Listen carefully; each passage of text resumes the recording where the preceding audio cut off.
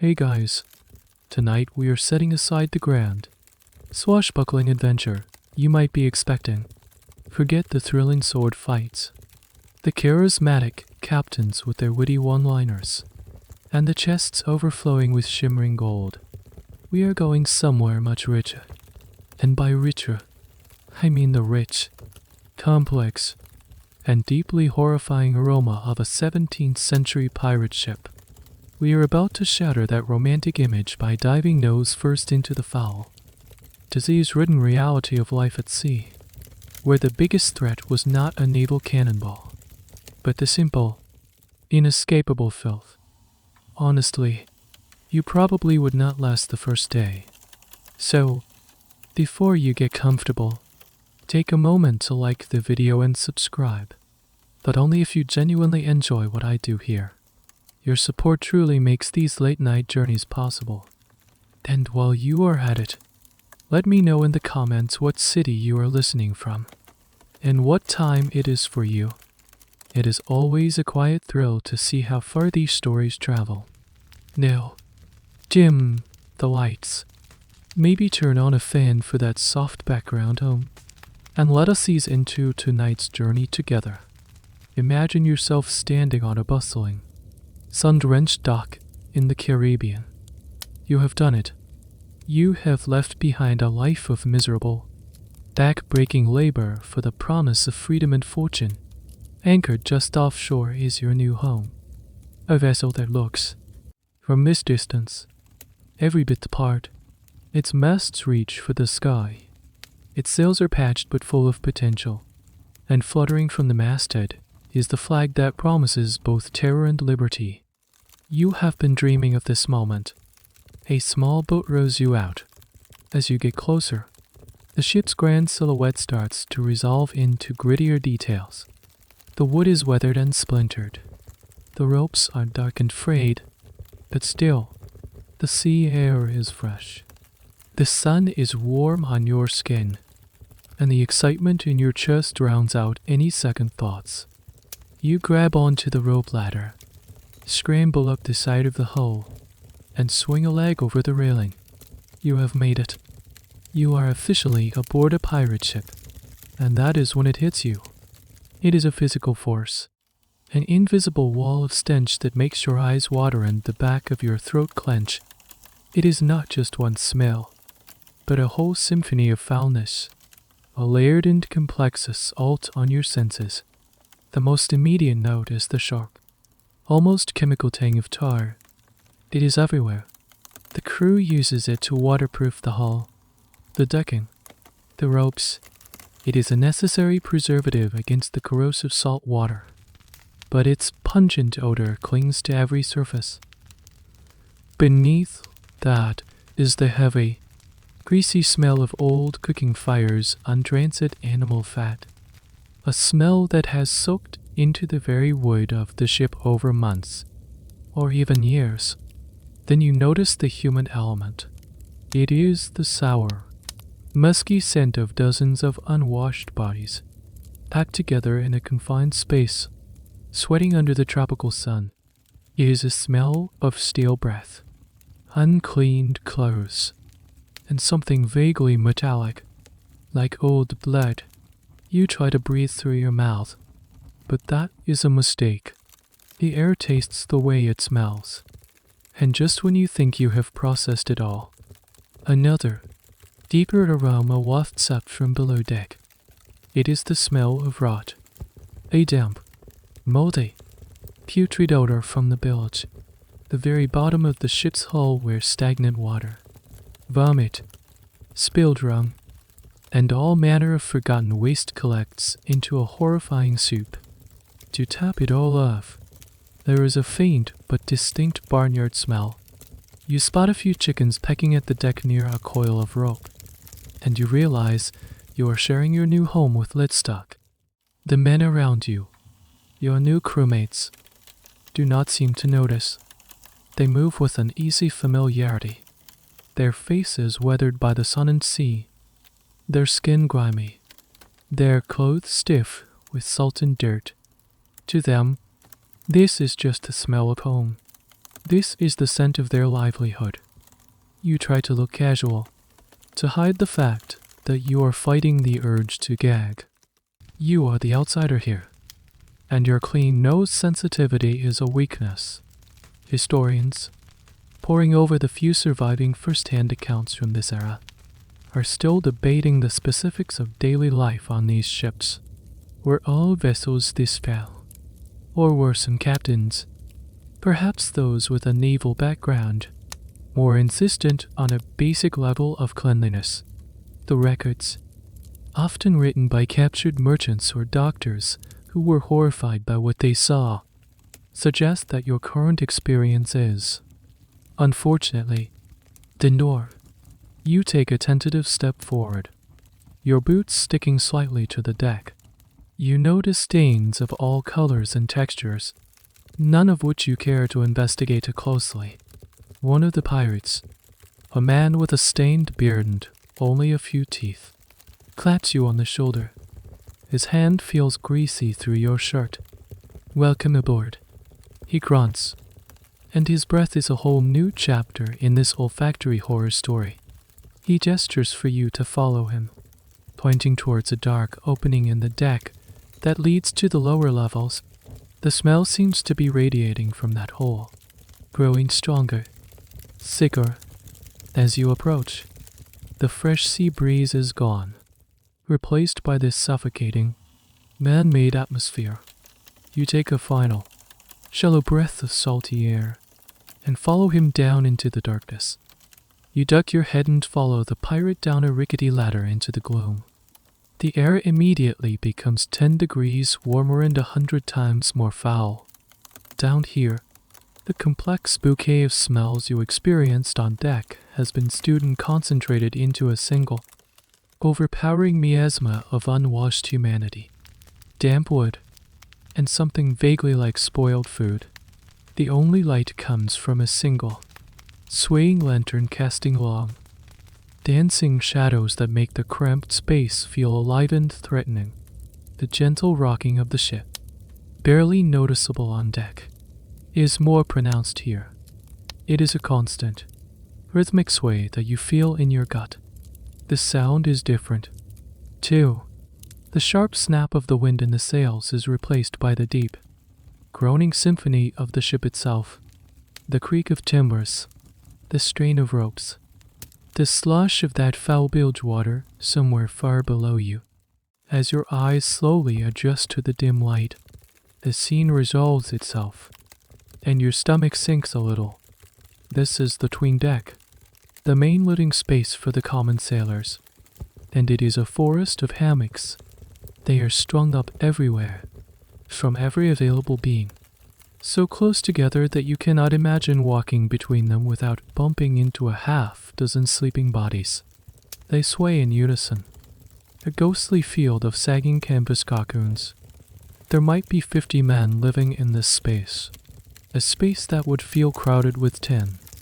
There are no partitions, no walls, no semblance of privacy whatsoever.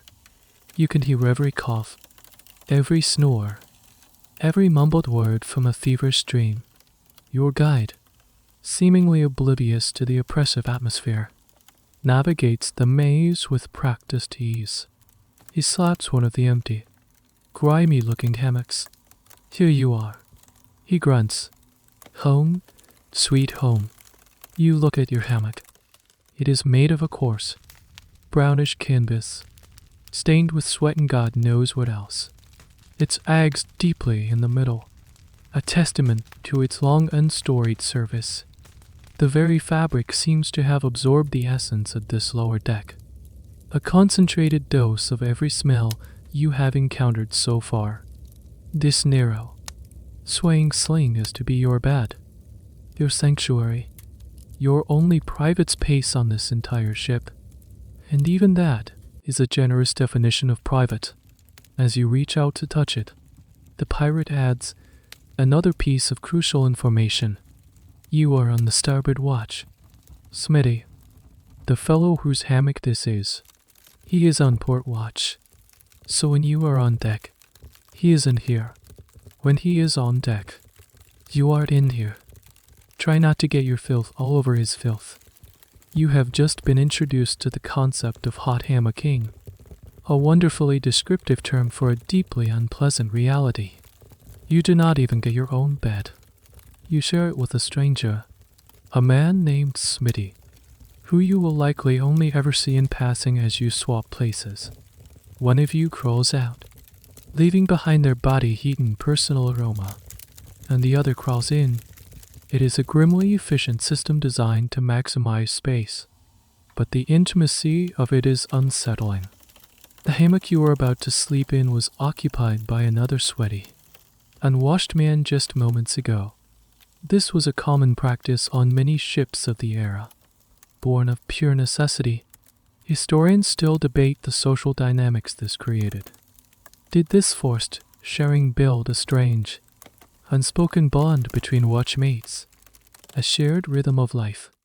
Or was it a constant source of low-grade friction and resentment in an already stressful environment? There are no diaries from common pirates to tell us. Your worldly possessions are to be stored in a small sea chest, which you must find a place for amongst the dozens of other identical chests lining the curved walls of the hull. This chest will be your closet, your safe, and your chair, should you ever find enough floor space to sit on it. Anything you are, a spare shirt, a whetstone for your knife, a lucky coin, must fit inside. Everything else is either on your person or does not belong to you. The very idea of personal property is fluid here. What is yours today might be someone else's tomorrow if you are not careful. Later, after the evening meal, you return to the cacophony of the 'tween deck to try and get some sleep before your watch is called in the dead of night. You clamber into the hammock. The canvas is rough against your skin. And yes, it is faintly warm. It smells of stale sweat and tar and Smitty. The swaying motion is more intense when you are lying down. It is a constant, lurching cradle that feels less like a gentle rocking and more like the first stage of season's guess. You close your eyes, trying to block out the symphony of snores, coughs, and guttural muttering around you. You try to ignore the feeling of being just one body in a pile of bodies, suspended in the dark. Just as you start to drift off, you hear a sound that is not human. It is a faint, dry, scratching sound, a scurrying, just beyond the edge of the lantern light. Then another, and another. You open your eyes and stare into the oppressive darkness, realizing with a new wave of dread that you and your 50-plus crewmates are not the only ones living on this deck. The scratching sound is insistent, a tiny, frantic rhythm that seems to come from everywhere at once. It is in the walls, under the floorboards, and, you suspect with a shudder, maybe even in the ropes holding up your hammock. You lie perfectly still, straining your ears in the dim, swaying light. Then you see it, a sleek, dark shape, no bigger than your hand, darting along a ceiling beam. A rat, then another, its beady eyes glinting for a moment in the lantern light before it disappears into a shadow. Your heart sinks. Of course, there are rats. A wooden ship is basically a floating pantry, a paradise for vermin. It is filled with food stores, dark corners, and an endless supply of rope and canvas to chew on. These are not just a few stowaways. They are a well-established, thriving civilization. They are the ship's first and oldest crew. You can hear their tiny claws skittering across the wood. A constant, unnerving whisper just beneath the groans of the ship and the snores of the men. Some of the sleeping pirates do not even flinch, utterly accustomed to the sound. One man lets out a soft curse in his sleep and flings a boot in the general direction of a noise. But the scurrying just pauses for a moment before resuming. This is not just an issue of comfort or disgust. These rats are a direct threat. They chew through sails, ropes, and the precious food stores. A single rat can contaminate gallons of grain or flour with its droppings, rendering it inedible. One of the stranger and more specific dangers they posed was to the ship's water supply. Rats, driven by thirst, would sometimes drown in the open water casks, their decaying bodies turning the entire barrel of fresh water into a toxic, undrinkable sludge. Imagine dipping your cup in for a drink, only to pull up a bloated, furry corpse. It was a disgustingly common occurrence. But the rats are not your only uninvited bunkmates. As you lie there, trying to will yourself to sleep, you feel a tiny itch on your neck. You scratch it, thinking nothing of it. Then another on your arm, and another in your hair. You sit up, your skin suddenly crawling. In the faint light, you look at the coarse fabric of your hammock and see them. Tiny, almost translucent creatures, moving slowly. Lice. Body lice. To be specific, they live in the seams of clothing and bedding, only crawling onto human skin to feed. In an environment where clothes are rarely, if ever, washed, and men are packed together like sardines, a lice infestation is not a possibility. It is an inevitability. Every man on board is likely crawling with them. The constant, low-level itching is just part of the background noise of life at sea. You start to frantically brush at your clothes and hair, a pointless, panicked gesture that only earns you a sleepy grumble from the man in the next hammock. Giving up, you sink back down, feeling utterly defeated. You now understand that you will never truly be alone on this ship. You will share your bed with Smitty, your food with the rats, and your own body with a thriving colony of lice. The romantic image of the lone pirate, free as the wind, is a laughable fantasy. You are part of a teeming, crawling, itching ecosystem, and it does not end there. Just as your mind is processing the horror of the lice, a flicker of movement on the floor catches your eye. A cockroach, large and disturbingly fast, scuttles out from under a sea chest and disappears into a crack in the floorboards. Then another. They thrive in the damp, dark, and filthy conditions of the tween deck, feasting on any spilled crumb or drop of grease. They are the cleanup crew, the bottom feeders of this floating world. They are notoriously resilient. Some sailors' tales claimed you could stomp one flat, and it would just get back up and walk away, a little flatter, but otherwise unharmed. The sheer number of vermin on these ships is something modern minds struggle to comprehend. There is a famous account from Wood S. Rogers, a privateer captain in the early 18th century, who described his ship being so overrun with rats that they would regularly attack the men sleeping in their hammocks, biting their faces and hands. His crew eventually staged a massive rat hunt, killing hundreds upon hundreds. But they knew it was only a temporary solution. The vermin always came back. The historical debate here is not about whether these creatures were present, but rather how the pirates psychologically coped with it. Did they become so desensitized that they genuinely did not care?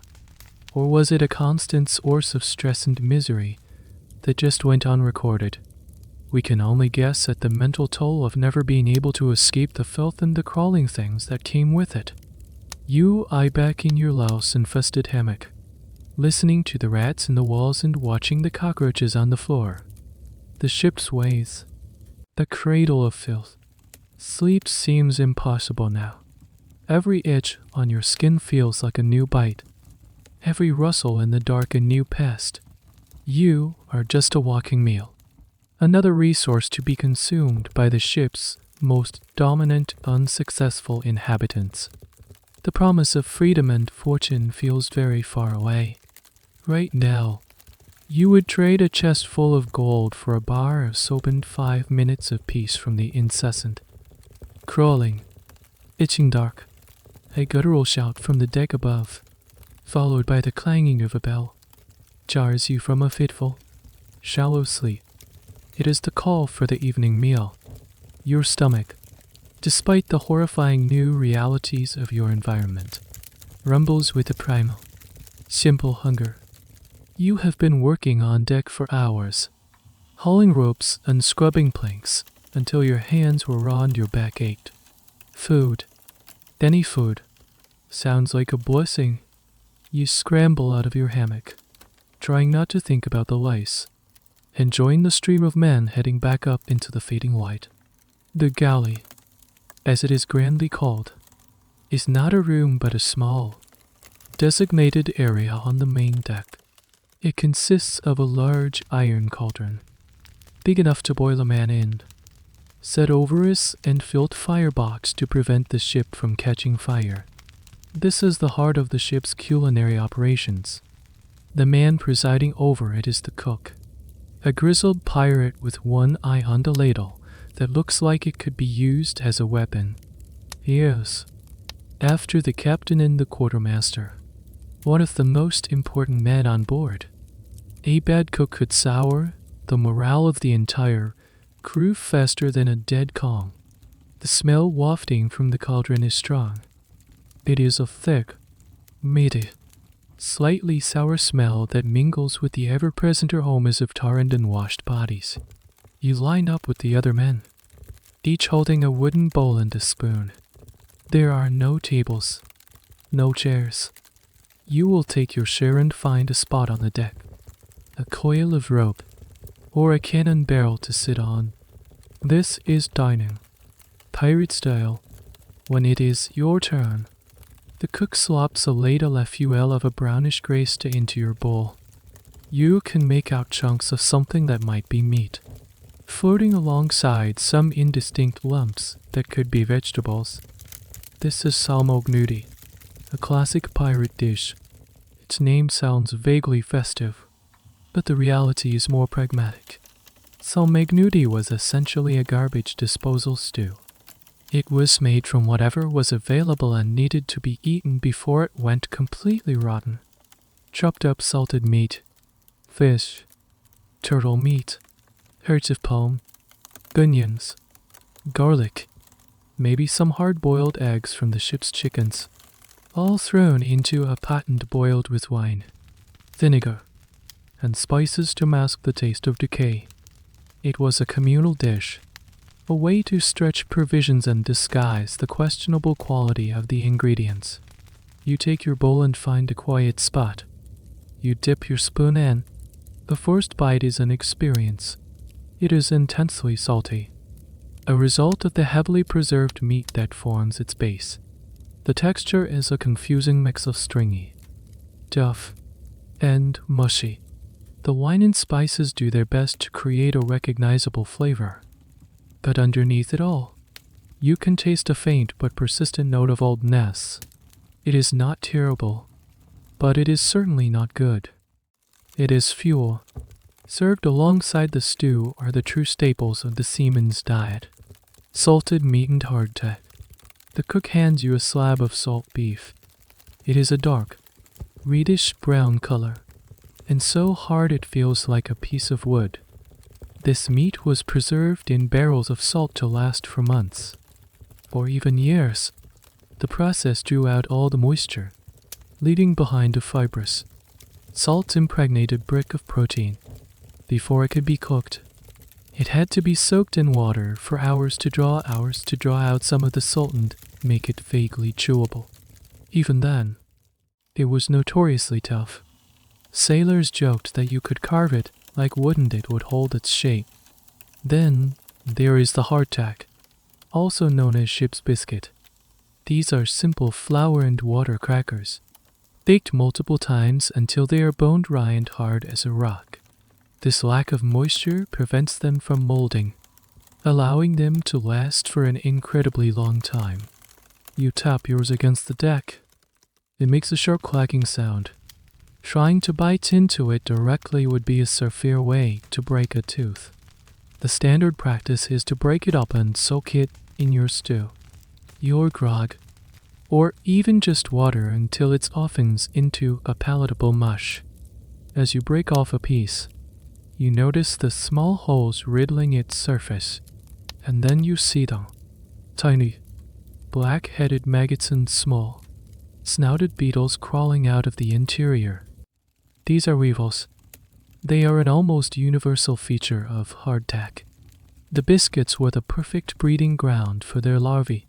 Sailors became so accustomed to them that they had a name for it: the lesser of two weevils. Some old hands would tap the biscuit on the table in the dark, hoping the insects would crawl out before they took a bite. Most just accepted it as an extra source of protein. It was a grim fact of life that your main source of carbohydrates came pre-infested. This is the reality of pirate food. The romantic notion of pirates feasting on roasted pigs and tropical fruits on a sandy beach was a rare celebration, a luxury after a long voyage. The day-to-day reality was a monotonous, unhealthy diet of heavily salted, preserved, and often infested foods. Historians are still trying to piece together the exact nutritional deficiencies, beyond the obvious lack of vitamin C. For instance, did the lack of B vitamins contribute to the irritability and erratic behavior often associated with sailors? It is a fascinating question, linking diet directly to the infamous pirate temperament. For now, you just stare at the weevils in your biscuit. You are faced with a choice: go hungry, or close your eyes and eat. You look around. The other men are eating without a second thought, crushing their biscuits into their stew, weevils and all. With a sigh of resignation, you do the same. This is survival. You are learning the rules. And the first rule is, do not look too closely at what you are eating. After your memorable meal, a powerful thirst sets in. The intense saltiness of the beef and stew has left your mouth feeling like a desert. You see other crew members lining up near a large, stout wooden barrel lashed to main mast. This is the scuttlebutt, the communal source of the ship's daily water ration. A tin cup, or dipper, is tied to it with a short rope for everyone to use. You get in line, your throat taking for the simple relief of fresh water. When it is your turn, you dip the cup into the barrel and bring it to your lips. Before you drink, you notice the water's appearance. It is not clear. It has a distinct greenish-brown tint. Untidy, dark specks are suspended in it. A thin, slick-looking film shimmers on the surface. It smells faintly of moss, damp earth, and something vaguely swampy. You hesitate for a moment, but the thirst is overwhelming. You take a sip. The taste is as disappointing as the appearance. It is warm, stagnant, and slimy. It has a flavor that is both vegetal and slightly metallic. It does little to quench your thirst, instead leaving a slick, unpleasant coating on your tongue. This is the water you will be drinking for the foreseeable future. Fresh water was one of the most precious and problematic commodities on any long sea voyage. It was essential for life, but incredibly difficult to keep fresh, stored in wooden casks for weeks or months on end.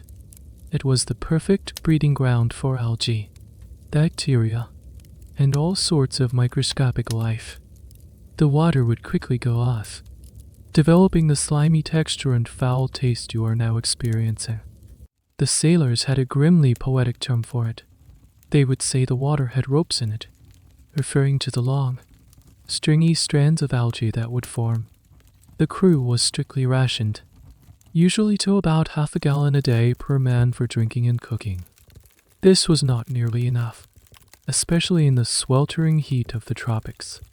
Dehydration was a constant, low-level affliction for everyone on board.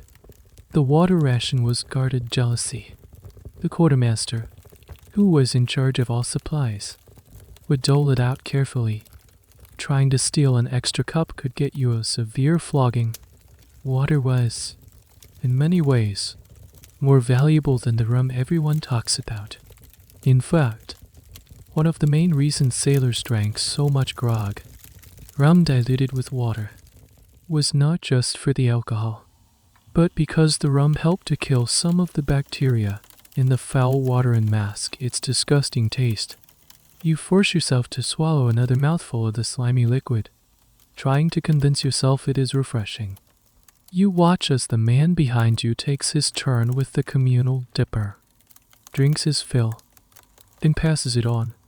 The same cup, passed from man to man, from mouth to mouth, all day long.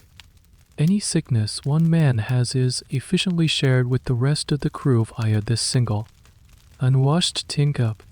It is a perfect vector for disease, a microcosm of the ship's communal approach to hygiene.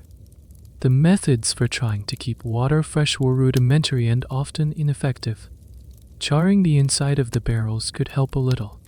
Sometimes they would add a bit of vinegar or citrus juice, if they had any, which could slow the growth of algae. But inevitably, the water would turn. One of the more peculiar, and frankly disgusting, tricks some sailors employed was dropping a live eel into the water cask. The theory was that the eel would swim around undeep the slime and algae that formed on the sides of the barrel, keeping the water clean. Whether this actually worked is highly debatable among maritime historians. Most suspect it did little more than add droppings to the already contaminated water, and you would eventually have to fish out a dead eel. It speaks volumes about the desperation for potable water that this was even considered a viable solution. You finish your portion, the slimy water doing little to ease the salt-induced fire in your throat. You now understand the hierarchy of liquids on this ship. The worst, most stagnant water was used for soaking the salt meat. The slightly better, but still green and slimy, water was for general drinking and making grog. The best water, the most recently collected rainwater or the water from the top of the newest barrel, was reserved for the captain and for any sick or injured man. Access to clean water was a sign of status and a tool for survival.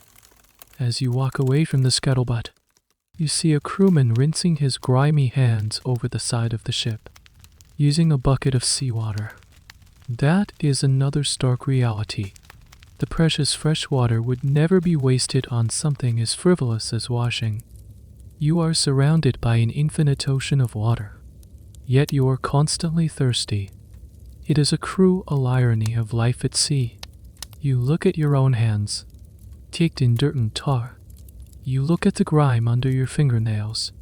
You think about the communal cup, the slimy water, the constant thirst. You realize that cleanliness is not just a comfort you have lost. It is a fundamental building block of health that has been completely removed from your life, and the consequences of its absence are just beginning to make themselves known. Nature, as it inevitably does, goes. After the salmagnuti in the slimy water, you feel a pressing need to relieve yourself. You look around the deck, but you do not see anything that resembles a latrine or an outhouse. There are no discreet little rooms, no designated corners. You feel a growing sense of anxiety. Where is one supposed to go? You certainly do not want to ask. It seems like a question that would immediately mark you as a clueless landlubber. So you watch, and you wait. Eventually, you see one of the older pirates walk nonchalantly towards the bow of the ship, the very front part that cuts through the waves. He makes his way to the area around the bowsprit, the long spar that juts out from the front of the vessel. Here, at the very head of the ship, is the pirate's toilet, and it is a marvel of terrifying simplicity. It is not a room or even a cubicle. It is a series of wooden grates and platforms built out over the open ocean, near the base of the bowsprit. To use it, you have to climb out onto this precarious perch, with the sea churning directly below you. The toilet itself is often just a plank or a small grate with a hole in it. You position yourself over the hole. Hold on for dear life to whatever rope or railing is nearby, and let gravity do the rest.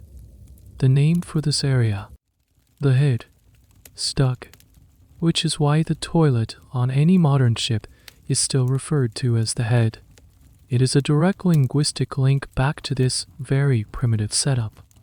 You watch the old pirate, a silhouette against the setting sun. He is completely unfazed by his position. He is balancing on a slick, wet piece of wood, dozens of feet above the waves, with nothing but a frayed rope for security. The constant spray from the bow washes over the area, keeping it perpetually damp and dangerously slippery. One slip, one moment of lost balance, and you would plunge directly into the sea. If the ship were moving at any kind of speed, you would be left behind in its wake in seconds. Your crewmates might not even notice you were gone until much later.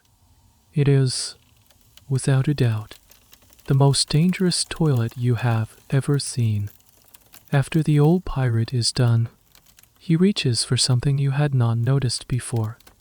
Coiled on a nearby peg is a long, thick, and very soggy-looking rope. This is the tow rag or towing rope. He uncoils a length of it, uses it to clean himself, and then simply drops the end back into the ocean, leaving it to trail in the ship's wake. The seawater, it was believed, would rinse it clean for the next person. This single, communal, perpetually wet and salty rope was the ship's toilet paper. The sight of it makes your stomach clench. The thought of using a cold, wet, salty rope that has been used by dozens of other men is a new level of horrifying intimacy. The rope would be teeming with bacteria, a perfect conduit for spreading intestinal diseases like dysentery throughout the entire crew. It is a sanitary nightmare wrapped in a safety hazard. Stealing yourself. You know you have no choice. You make your way forward to the head. The roar of the waves crashing against the bow is much louder here. The salty spray hits your face. You grip the wet railings, your knuckles white, and carefully find your footing on the slick grating. You look down, through the gaps in the wood, at the swirling, dark water below. The ship heaves and sways, and you feel a jolt of pure vertigo. This is not a place for contemplation. You do your business as quickly as humanly possible. Your muscles tensed, your mind focused on one thing, not falling. Then you face the final challenge. The rope. It lies there, coiled and dripping, looking ancient and profoundly unsanitary. You can see bits of seaweed and grime clinging to its frayed fibers. The very thought of touching it is repulsive. What were the alternatives? Historians have noted that sailors might use old scraps of canvas or frayed bits of rope, but the communal tow rag was a common fixture. The exact mechanics and social etiquette of its use are, thankfully, lost to history, but the concept alone is stomach-churning. There is an ongoing, if somewhat niche, debate among maritime historians about the prevalence of this specific item. While it is mentioned in some accounts, was it a universal feature or a particularly disgusting habit of a few crews? The evidence is sparse, leaving us to imagine the worst. You decide to forgo the experience. A little discomfort is better than that. You scramble back to the relative safety of the main deck, your heart pounding. You have a newfound respect for the iron stomachs and steady balance of these men. Every single day, multiple times a day, they perform this perilous balancing act. It explains a lot about their rugged and uncomplaining nature. When your daily routine involves risking your life just to go to the toilet, other discomforts must seem trivial in comparison. You lean against the mainmast, taking a deep breath, trying to calm your nerves. The sun has set now, and the ship is a dark shape sailing under a canopy of brilliant stars. The beauty of the moment is starkly contrasted by the disgusting reality you have just experienced. You have been initiated into another of the ship's unpleasant secrets. You have faced the head and survived. You wonder what other horrors this floating world has in store for you.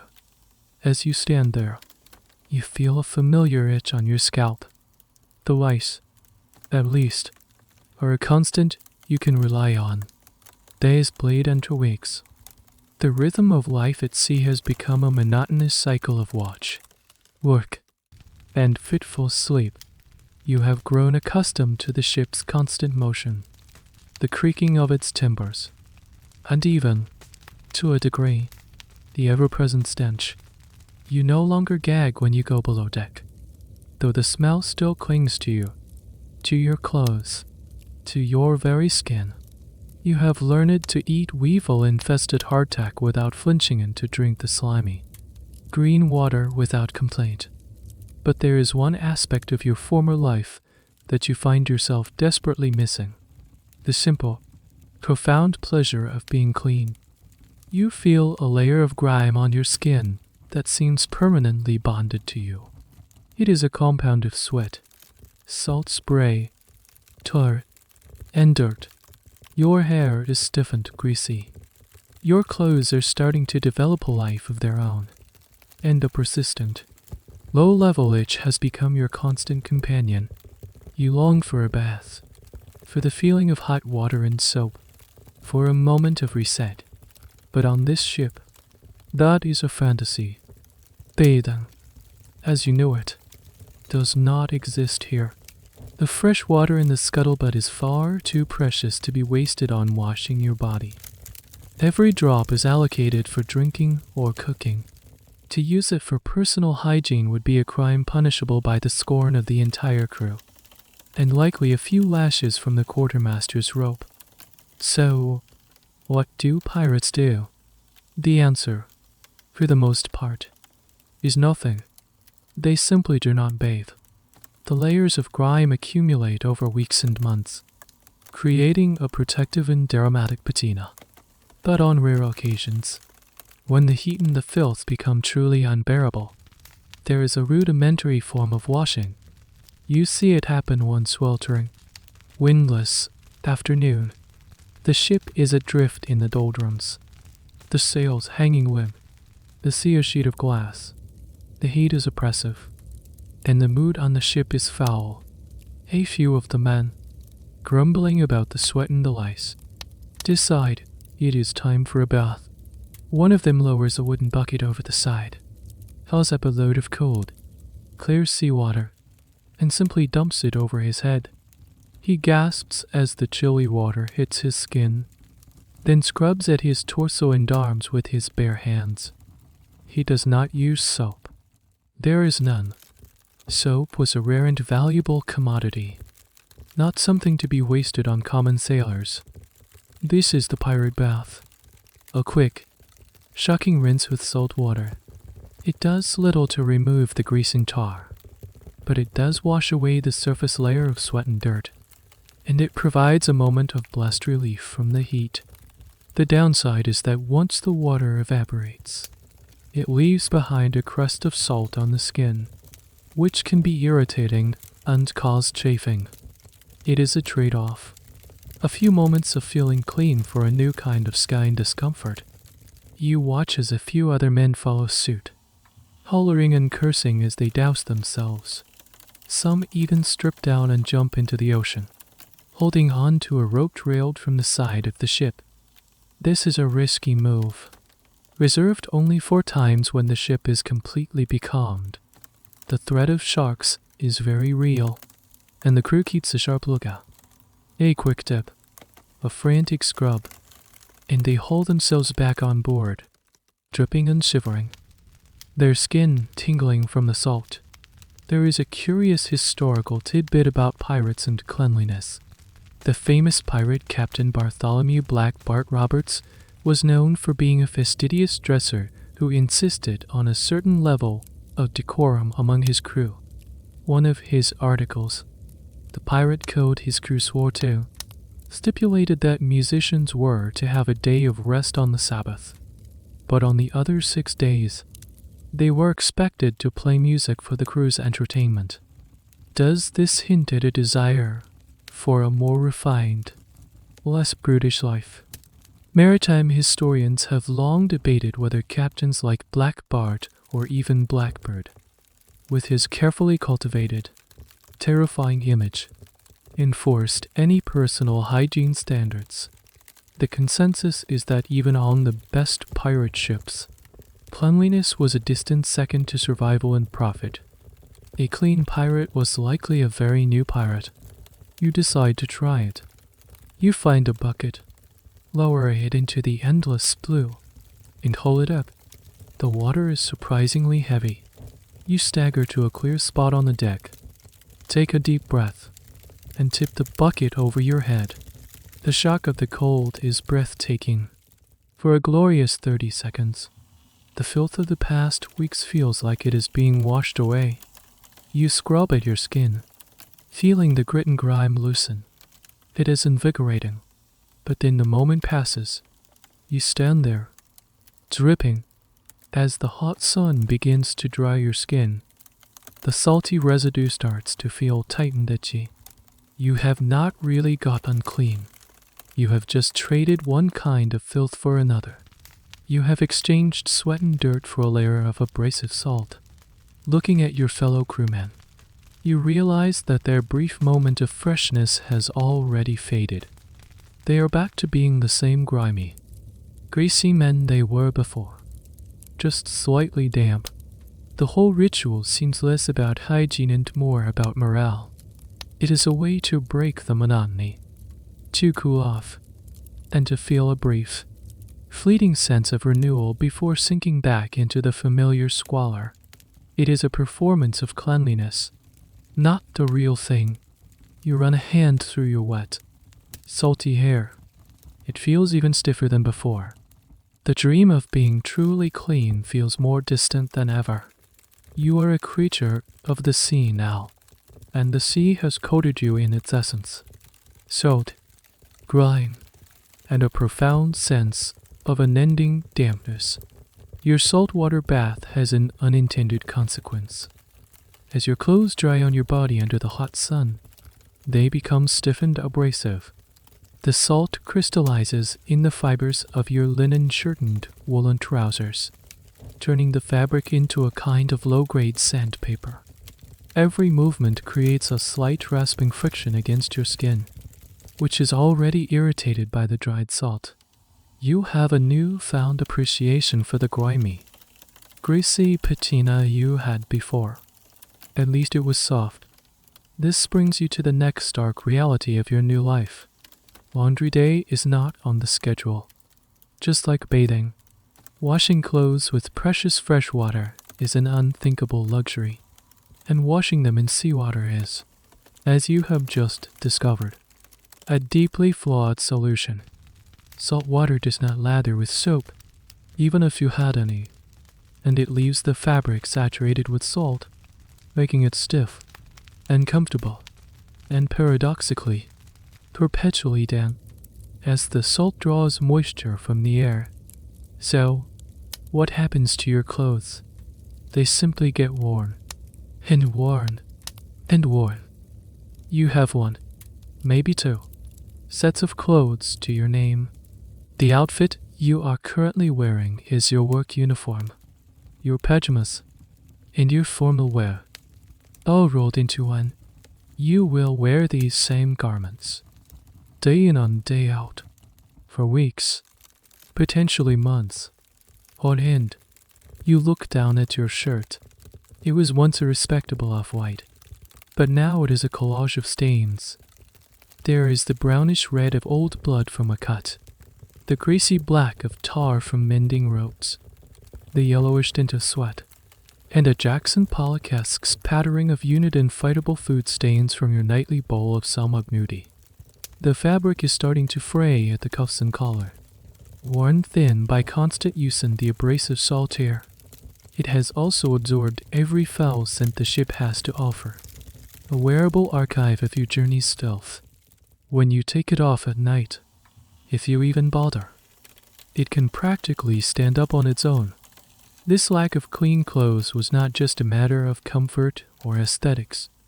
It was a serious health issue, as you learn it on your first night. The seams of these unwashed clothes are the perfect breeding ground for body lice.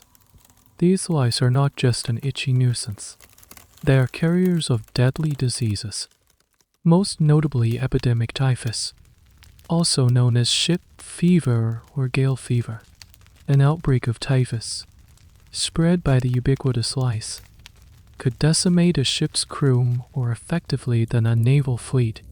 The disease caused high fever, delirium, and a characteristic rash, and it thrived in the exact conditions you are living in. Crowded, unhygienic, and louse-infested. Your filthy clothes are not just a mark of your profession. They are a walking biohazard.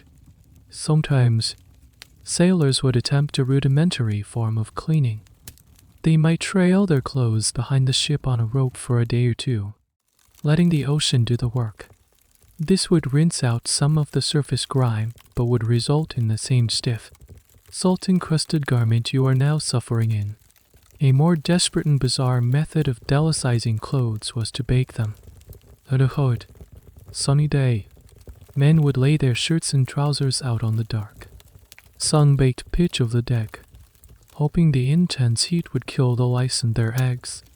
Some accounts even mention placing clothes in the ship's bread oven after the baking was done, a risky maneuver that probably resulted in more than a few burnt shirts. The very concept of a wardrobe is alien here. Your sea chest contains your few possessions. If you are lucky, you have a spare shirt, perhaps a woolen coat for cold nights. But new clothes are acquired in only one way: piracy. When you capture another vessel, clothing is often as valuable a prize as coin or cargo. The plundered clothes of merchants and passengers are a welcome addition to any pirate's meager collection. This leads to the rather strange image of rough, unkempt pirates wearing surprisingly fine, ill-fitting garments, a stolen silk waistcoat over a filthy linen shirt, or a gentleman's hat perched on a head of greasy, matted hair. This practice is one of the more debated aspects of the pirate look. Did pirates really dress in this flamboyant, mismatched style, as often depicted? Or is that an exaggeration, and they simply took practical, sturdy clothes? The truth, as always, is likely somewhere in the middle. The desire for practical clothing was probably paramount, but the temptation to wear a bit of plundered finery as a trophy of a successful raid was surely hard to resist. For now, though, you are stuck with what you have. You try to adjust your shirt to stop it from chafing your neck. The fabric is rough and unyielding. You are trapped inside your own filth. You look around at your crewmates. They seem completely untroubled by their state of dress. Their clothes are in similar, if not worse, condition. They have learned to live with the discomfort, the stiffness, the smell. It is the uniform of their trade. You realize you have a choice. Either go mad from the constant irritation or learn to ignore it. You sigh, a puff of dusty air. The choice, really, has already been made for you. You pull on a rope, the rough fibers feeling almost soft compared to your collar. You are adapting. You are becoming a pirate, and your clothes are the proof. The monotony of the voyage is broken by a subtle but insidious change. It does not arrive with a bang, like a storm, but creeps aboard silently, stealing into the bodies of the crew one by one. It begins with a feeling of profound lethargy. You wake up in your hammock feeling as tired as when you went to sleep. Holding on the ropes, a task that was once merely strenuous, now feels like a monumental effort. Your muscles ache with a deep, persistent soreness that never quite goes away. You see it in the other men, too. The usual rough-and-tumble energy on deck has been replaced by a sullen weariness. Tempers are short. Men who would normally share a joke now snap at each other over trivial matters. At first, you dismiss it as a consequence of the heat, the bad food, and the cramped quarters. But then, other symptoms begin to appear. One morning, while chewing on a piece of softened hardtack, you notice a metallic taste in your mouth. Your gums feel swollen and tender. When you run your tongue over them, they feel puffy and soft, like a rotten piece of fruit. Later that day, you see a smear of blood on your biscuit. You press a finger against your gums. In the dark, purplish blood oozes out. A wave of cold fear washes over you. You are not alone. You see other men discreetly spitting blood over the side of the ship. Their breath has taken on a foul, sickly sweet odor. Small, dark bruises, like faint thumbprints, have begun to appear on their arms and legs, even without any injury. This is the arrival of scurvy, the great scourge of the age of sail. It was a disease more feared by sailors than naval battles or even pirates themselves. It was a slow, agonizing process of bodily decay, and on a long voyage, it was almost inevitable. Scurvy is caused by a severe deficiency of vitamin C, ascorbic acid. Your body needs vitamin C to produce collagen, the protein that is essentially the glue that holds your body cells together. It is vital for healthy skin, blood vessels, bones, and gums. Without it, your body literally begins to fall apart from the inside out. The pirate diet of hardtack and salted meat contained virtually no vitamin C. Any fresh fruits or vegetables taken on board at the start of a voyage would be consumed or rotted within a few weeks. After that, the clock was ticking. You watch as the disease progresses in an older crewmate. His weariness has deepened into a bone-crushing exhaustion. He can barely climb the rigging anymore. His skin has taken on a pale, sallow complexion, and the dark spots on his legs have grown and merged into large, ugly blotches. His teeth, once firmly set, have begun to loosen in their softened, bleeding gums. He complains of an agonizing pain in his joints, as if his bones are being ground together.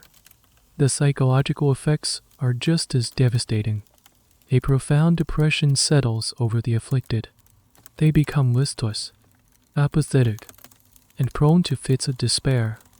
The ship, already a harsh environment, becomes a floating sanatorium of misery.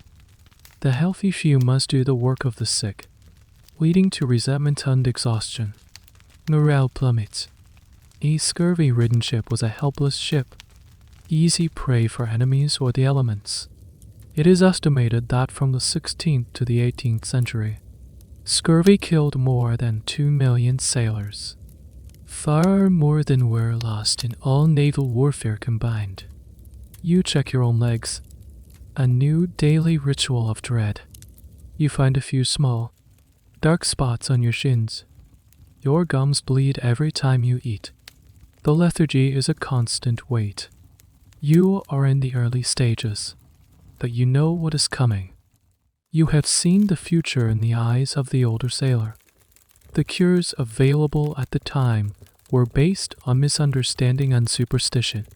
The ship's surgeon, in your case, the carpenter, might prescribe a dose of diluted sulfuric acid, called elixir of vitriol, believing the disease was a form of putrefaction that could be fought with acid.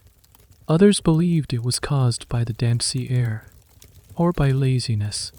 One of the most common treatments was to force the sick men to exercise, a cruel and counterproductive measure that only hastened their decline. The idea that a simple piece of fruit could prevent this horror was not yet widely accepted, though there were hints. For centuries, there were anecdotal accounts of miraculous recoveries after sailors ate oranges or lemons. but these were often dismissed. The debate among naval physicians was fierce. Was it the acidity? Was it something else entirely? The true nature of vitamins would not be understood until the 20th century. For you, stranded in the 18th, the answer is a mystery, and the disease is a death sentence. You lie in your hammock, the familiar sounds of the ship now seeming like a funeral dirge. The pain in your joints is a dull, constant throb. You feel a profound sense of helplessness.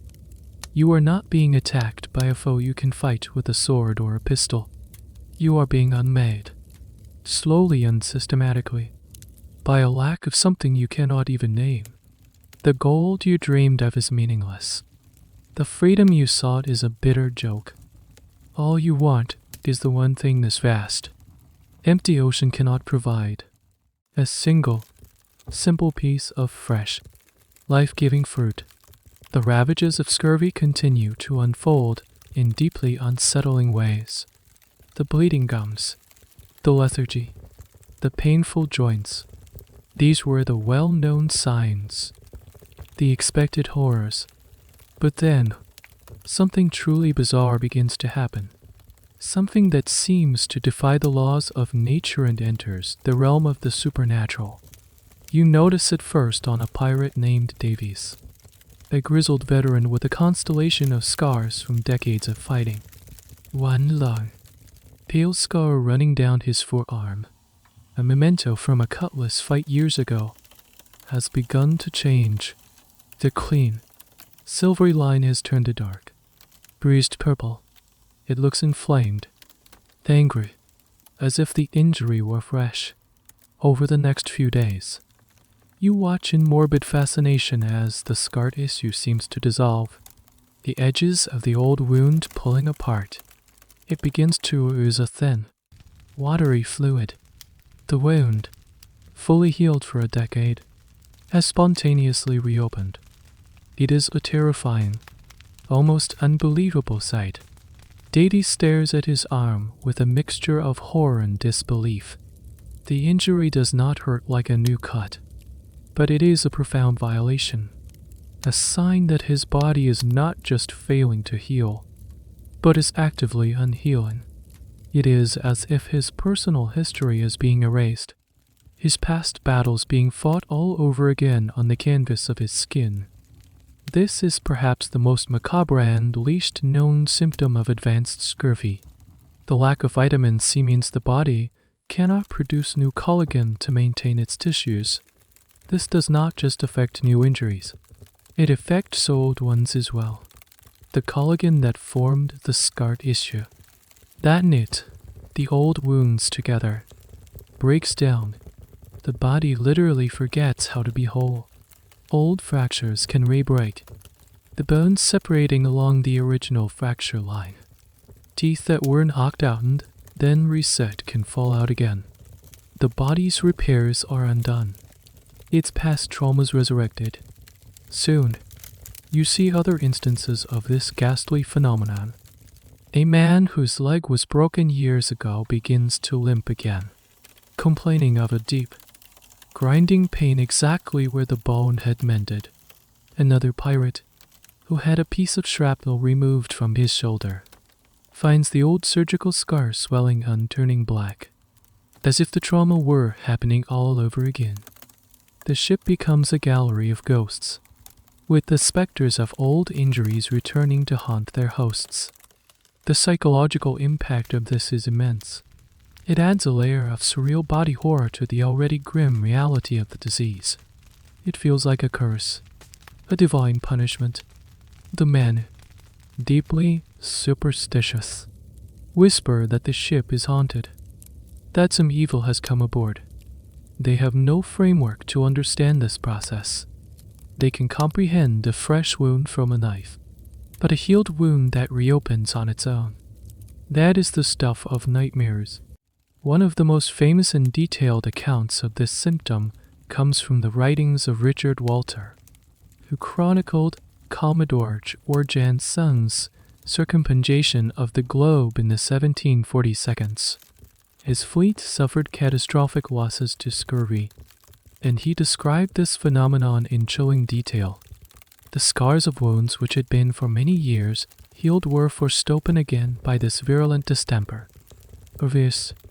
There was a very remarkable instance in one of the invalids who had been wounded above 50 years before at the Battle of the Boyne, for though he was cured soon after, and had continued well for a great number of years, yet, on his being attacked by the scurvy, his wounds, in the progress of his disease, broke out afresh and appeared as if they had never been healed.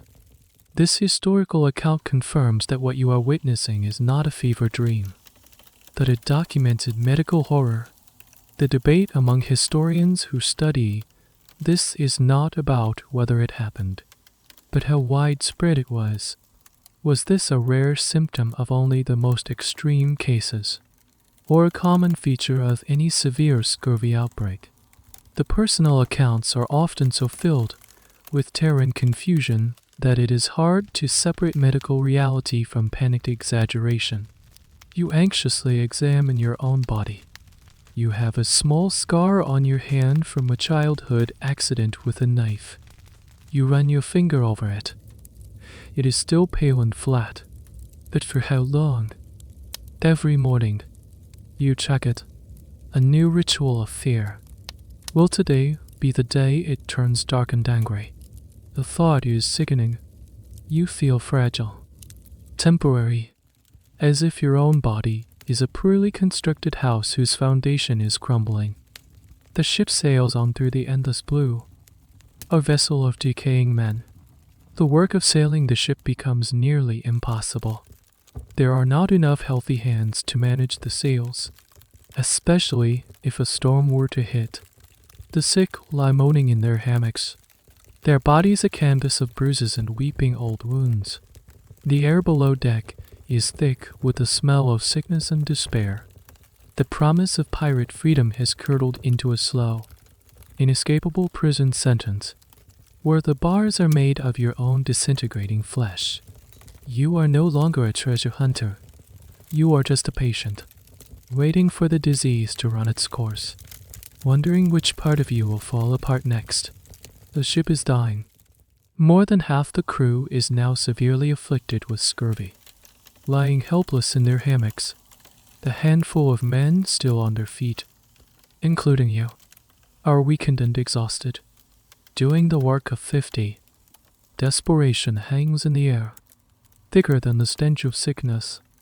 The captain, his own face pale and his gums bleeding, calls a meeting with the quartermaster and the ship's surgeon. The carpenter, they need to do something. This is the moment where desperation and ignorance collide to create a grim theater of medical experimentation. Long before the British Royal Navy officially mandated lemon juice in 1795, and decades before James Linn's famous controlled experiment in 1747, sailors were trying anything and everything to combat the scourge. You are now a witness, and a potential subject, in one of these tragic, trial and error battles against a disease no one truly understands. The carpenter-surgeon, a man named Cobb, whose knowledge of the human body seems to be based on his experience with wood, has his own theories. He has read a few medical pamphlets, and he is a man of strong, if misguided, opinions. His first prescription is the elixir of vitriol. He mixes a few drops of sulfuric acid into a cup of stagnant water and forces it down the throat of one of the sickest men. The man chokes and sputters, his throat burned by the acid, but Cobb insists it will purify his humors. This, of course, does nothing but add chemical burns to the man's suffering. Next, he tries a poultice. He gathers some of the green slime scraped from the inside of a water barrel, mixes it with some moldy bread, and slathers this foul-smelling paste onto the swollen legs of another sailor. He proclaims that the vital essences of the algae will counteract the putrefaction in the man's limbs. The man just moans, his condition unchanged. The crew has its own folk remedies. One old sailor swears by a cure he saw once. Burying the afflicted man in sand up to his neck, he argues that the good earth will draw the sickness out of the body. Since there is no beach available, they compromise by bringing up buckets of the ship's ballast, a mixture of sand, stones, and bilge-soaked filth, and piling it onto a sick man in his hammock. The man, weak and delirious, is nearly smothered under the weight of the cold. Damps in before they give up. Another popular theory was that scurvy was caused by the salty sea air. The proposed cure, forcing the men to drink massive quantities of fresh water, if any could be found. Rain is collected, and the sick are made to drink until they are bloated undretching. The logic seems to be that they can flush the disease out of their bodies. Perhaps the most tragically ironic of these attempts is the use of portable soup. This was an early form of bouillon cube, made by boiling down meat and bones for hours until it formed a thick, gelatinous slab that would harden when cool. It was a way to preserve the essence of meat. Naval authorities loved it. It was compact, long-lasting, and seemed like a perfect source of nutrition. The cook shaves some of this hard, brown cake into hot water, creating a thin, salty broth, which is then fed to the sick. They are giving them a concentrated dose of the very salt-preserved animal products that form the core of their deficient diet, believing it to be a powerful medicine. It is, of course, utterly useless. The historical record is filled with these strange and desperate cures. One of the most famous, and still debated, is the use of malt and wort, an early stage of beer production. Some physicians, including the famous Captain Cook, swore by it, believing the fermentation process created an anti-score but IC effect. Historians and medical experts are still arguing about this one. Did it have a tiny, trace amount of vitamin C, or was its effect purely psychological? It is likely that any positive results seen on Cook's voyages were due to his obsessive enforcement of cleanliness and his frequent stops for fresh provisions, not the wort itself. You watch these pathetic attempts with a growing sense of dread. There are rumors, whispers among the oldest sailors, of a real cure. They talk of ships that made landfall at a tropical island, where the men gorged themselves on strange, sour fruit, and within days, the dying were walking again. They talk of limes and oranges as if they were magical talismans, but to the ship's surgeon, this is just foolish sailor superstition. Sickness is a matter of humors and decences, not eating fruit. Then, a glimmer of hope. The lookout, his voice hoarse, shouts from the crow's nest, "Land ho!" Everyone who can stand rushes to the rail. On the horizon, a smudge of green. An island. It might be uninhabited. It might be controlled by the Spanish. But it does not matter. It is land. It is a chance. The captain changes course immediately. The ship, slow and clumsy with its skeleton crew, limps towards the island.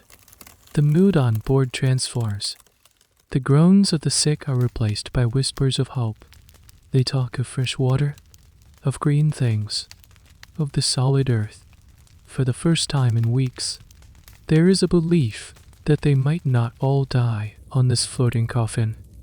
You look at your own hands, at the bruises on your skin. You feel your loose teeth with your tongue. The island is not just a destination. It is a chance at resurrection. The race is on. Can you reach it before your body completely falls apart?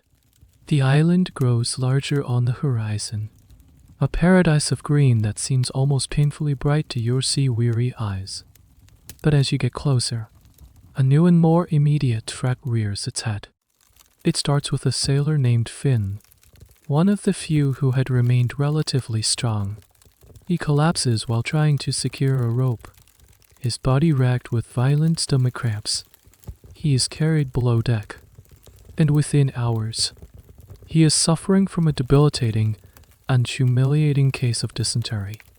The Bloody Fox, as it was grimly known, was another of the great killers at sea, and like the slow, insidious creep of scurvy, dysentery was a fast-moving and violent assault on the body. It was an intestinal inflammation, usually caused by bacterial Shigella or protozoa like entamoeba histolytical, and it spread like wildfire in the ship's unsanitary conditions. The source was almost always contaminated food or, more commonly, that slimy, stagnant water you have been forced to drink from the communal cup. Finn's sickness is just the beginning. The next day, 3 more men are down with it. Then 5 more. A wave of feverish, debilitating illness sweeps through the 'tween deck, a place that has now become a true inferno of human suffering. The already foul air becomes thick with the smells of feverish sweat and sickness. The cramped space, once just a housing area, is now a makeshift infirmary, an isolation ward with no isolation. You feel a familiar dread in the pit of your stomach, but this time it is not scurvy. It is a hot, churning feeling. Your head begins to ache, and a wave of nausea washes over you. You try to fight it, to tell yourself it is just exhaustion. But then the cramps begin. Sharp, twisting pains in your gut that make you double over. You have it. The disease strips you of your remaining strength and all of your dignity. You are too weak to even make it to the perilous head at the bow of the ship. Like the others, you are confined to your hammock or the filthy floorboards below it. Buckets are used, but in the darkened, crowded space, they are often spilled, the contents mixing with the ever-present filth on the floor. The lower deck of the ship, already a haven for vermin and stench, descends into a new level of hell. Alongside the dysentery, another fever begins to circulate. Typhus, the ship fever you feared, is now a reality, carried by the lice that infest your clothes and bedding. It spreads silently from man to man. The symptoms are terrifying. It starts with a headache and a high fever. Then, the characteristic rash of dark spots spreads across the body. But the worst part is the delirium. Men, their minds consumed by the fever, begin to rave and thrash in their hammocks. They shout at unseen enemies, cry out for their mothers, or try to climb the walls, their eyes wide with a terror no one else can see. The 'tween deck becomes a madhouse, a cacophony of moans, cries, and fever-induced tremblings. You lie in your hammock, shivering with fever one moment, burning up the next. The pain in your gut is relentless. Your scurvy-weakened body has no defense against this new onslaught. You drift in and out of a hallucinatory state, the groans of the dying man around you blending with the creaking of the ship into a single, nightmarish soundscape. In your moments of lucidity, you see the carpenter surgeon, moving among the sick, his face a mask of helpless frustration. He has no effective treatment for these fevers. He tries bleeding the men, opening a vein to let out the bad blood, a common practice that only further weakened the already dehydrated and anemic patients. He offers prayers and administers foul-tasting herbal concoctions that do nothing. The stark reality was that disease, not combat, was the primary killer of sailors in this era. For every pirate killed by a cannonball or a sword, 10 or more would die from scurvy, dysentery, typhus, yellow fever, or malaria. A pirate ship was a floating petri dish, a perfect incubator for pathogens, the crowding, the filth, the poor nutrition, the contaminated water, the vermin. It was a recipe for epidemic disaster. Historians and epidemiologists still study the records of these voyages to understand how diseases spread in isolated, high-stress populations. The debate continues on which disease was the worst. Scurvy was slow and inevitable, but fevers like typhus and yellow fever could wipe out a crew in a matter of weeks with terrifying speed and virulence. You have now become a statistic in this grim reality. You are fighting a multi-front war inside your own body. Scurvy is dissolving you from the inside out, while dysentery and fever are burning away what little strength you have left. The promised green paradise of the island is so close you can almost smell the vegetation on the breeze. But it might as well be on the moon. You are too weak to move, too sick to care. You close your eyes. The fever dreams pulling you under again. You are no longer a pirate seeking treasure. You are just another body in the dark, waiting to see which of the ship's many invisible assassins will claim you first. In the feverish haze of the lower deck, amidst the groans of the sick and dying, you become acutely aware of a new sound. The sharp, rhythmic rasp of a saw cutting through wood. But it is not coming from the carpenter's usual work area. It is coming from a corner of the 'tween deck that has been hastily cleared and designated as the sick bay.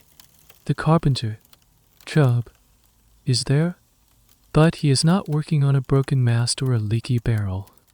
He is preparing for surgery. This is the moment when you truly understand the grim hierarchy of medical care on a pirate ship. In the Royal Navy, a larger vessel might have a trained surgeon, a man who had gone through some form of apprenticeship and had a basic, if often brutal, understanding of anatomy and medicine. These surgeons were prized commodities, and a pirate crew that managed to capture one would often force him to join their ranks. The infamous pirate code of Bartholomew Black Bart Roberts even guaranteed the ship's doctor a full share and a half of all plunder, recognizing his immense value. But your ship is not so lucky. You have no captured naval surgeon. You have Cobb. Like on many smaller vessels, the roles of carpenter and surgeon were often combined, born of a grimly practical logic. Who on board has the most experience with a saw? The carpenter, who is best at plugging holes to stop a leak. The carpenter. The leap from patching a wooden hull to patching a human body was, in the desperate world of piracy, a short one. The same man responsible for mending the ship's skeleton was now responsible for mending the crew's. Cobb's medical toolkit is a testament to this shared duty.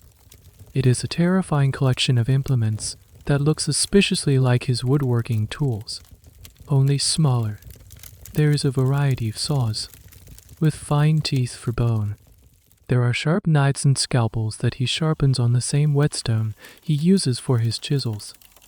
There are heavy iron probes for exploring wounds and long, cruel-looking forceps for extracting musket balls or splinters, and for closing wounds. He has a set of thick, curved needles and some coarse thread, the same kind he uses to stitch canvas sails. The only items that look vaguely medical are a few jars of foul-smelling salves and a bottle of laudanum, a tincture of opium, the only form of anesthetic available, and it is used very sparingly.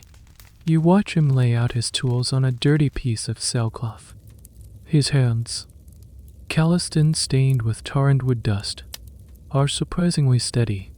He has the detached, practical air of a craftsman approaching a job. He is not a healer. He is a repairman. The patient, a young pirate who caught a musket ball in the leg during a brief skirmish last week, lies on a makeshift operating table, a few planks laid over to sea chests. The wound has become infected, the leg swollen and discolored, streaked with red lines. The boy is pale with fever and fear. The idea of specialized medical roles was a luxury pirates could not afford. Sometimes, if the carpenter was unwilling or unavailable, the job of surgeon would fall to the ship's cook. The logic was similar, if even more gruesome. The cook knows how to cut up meat. This grisly reality is one of the starkest departures from the romantic pirate myth. There is no gentle physician tending to the wounded. There is a man whose primary skills involve butchery or woodworking, applying his trade to human flesh. Historians are still piecing together the true nature of pirate medical care from the few surviving accounts. Were these carpenter surgeons completely inept? Or did they develop a rough, practical skill set through brutal experience? The evidence suggests a mixed bag. Some were likely little more than butchers, their interventions doing more harm than good. Others, however, may have become surprisingly adept at the specific, repeated tasks required of them: setting a broken bone, stitching a cut, and, most importantly, amputating a hopelessly damaged limb. The survival of any patient was less a testament to the surgeon's skill and more to the patient's own constitution and an incredible amount of luck. The young pirate on the table is given a strip of leather to bite down on. Two of his crewmates hold him down by the shoulders. Cobb takes a swig of rum, wipes his mouth, and then pours a little over the wound and onto his saw. It is a token gesture of cleaning, more ritual than effective antiseptic. He then picks up the saw. "Bite down hard." "What?" he says, his voice devoid of emotion. "This will be quick." The other sick men in the 'tween deck fall silent. The groans and feverish muttering stop.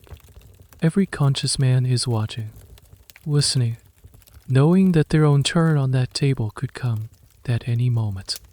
The only sounds are the creaking of the ship, the terrified, muffled whimpers of the boy, and the soft, rhythmic rasp of the saw as it begins its work. You close your eyes, but you cannot block out the sound. You are a captive audience to a master class in brutal, desperate medicine. The rasping sound of Cobb's saw biting into bone is a sound you will never forget. It is a wet, grating noise that cuts through the thick, fetid air of the 'tween deck and seems to vibrate in your own teeth. The young pirate on the makeshift table lets out a strangled, inhuman scream, muffled by the leather strap between his teeth. His body convulses, fighting against the two strong men holding him down. His knuckles are white where he grips the edge of the planks. This is the raw, unvarnished reality of surgery before anesthesia. There is no gentle slide into unconsciousness, no peaceful waking in a clean bed. There is only agony, pure and absolute. Cobb works with a grin, focused intensity. He does not have the luxury of anatomical precision. His goal is not elegance, but speed. Every second he shaves off the procedure is a second less of unimaginable pain for the patient. A fast amputation, it was believed, reduced the shock to the system and increased the chances of survival. A good ship's surgeon was often judged not by the neatness of his work, but by the speed at which he could sever a limb. Some of the most famous naval surgeons of the era boasted of being able to take a leg off at the thigh in under a minute. Cobb is not that fast, but he is determined. He saws with steady, powerful strokes, his face spattered with blood. The smell of iron fills the air, mingling with the other sick-room odors. The men holding the patient down are grim-faced, their own bodies tense with sympathetic horror. They do not look at the boy's face. They stare at the bulkhead, their jaws tight. They have likely seen this many times before. It is a necessary horror, a part of their violent lives. Finally, with a sickening crack, the bone gives way. Cobb finishes the cut through the remaining flesh and sinew with a large knife. The severed lower leg, Gudendal, falls to the deck with a dull, wet thud. The boy on the table goes limp, his body either succumbing to the shock or finally fainting from the pain. For him, at least, the worst is over. But Cobb's work is not done. The stump of the leg is now a gushing fountain of blood. He must stop the bleeding, and quickly. He uses a frightening-looking tool, a hook with a long handle, to pull the main arteries out from the flesh of the stump.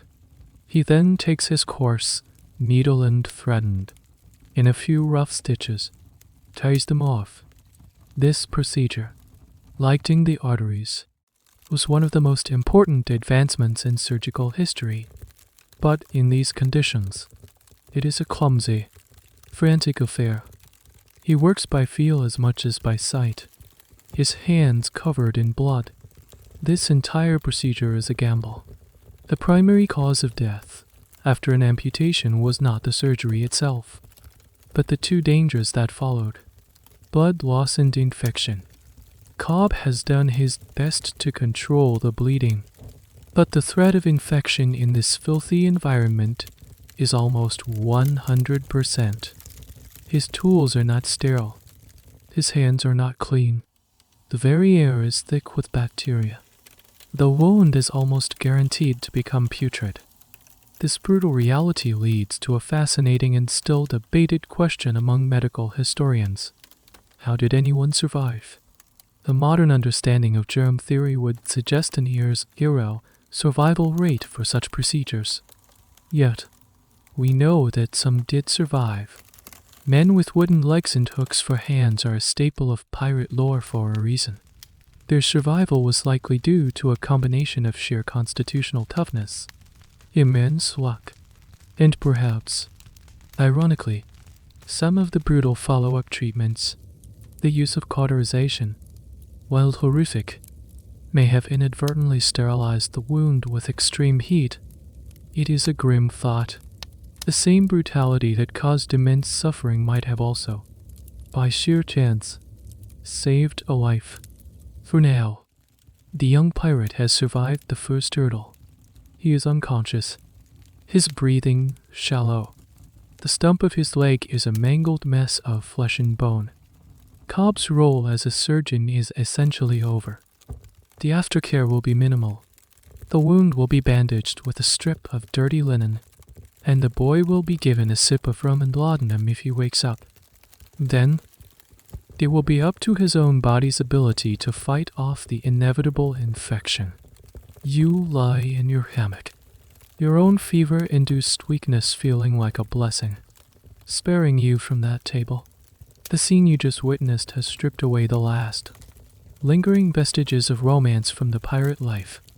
There is no glory here. There is no swashbuckling adventure. There is just a boy, mutilated on a dirty table, and a carpenter with a bloody saw.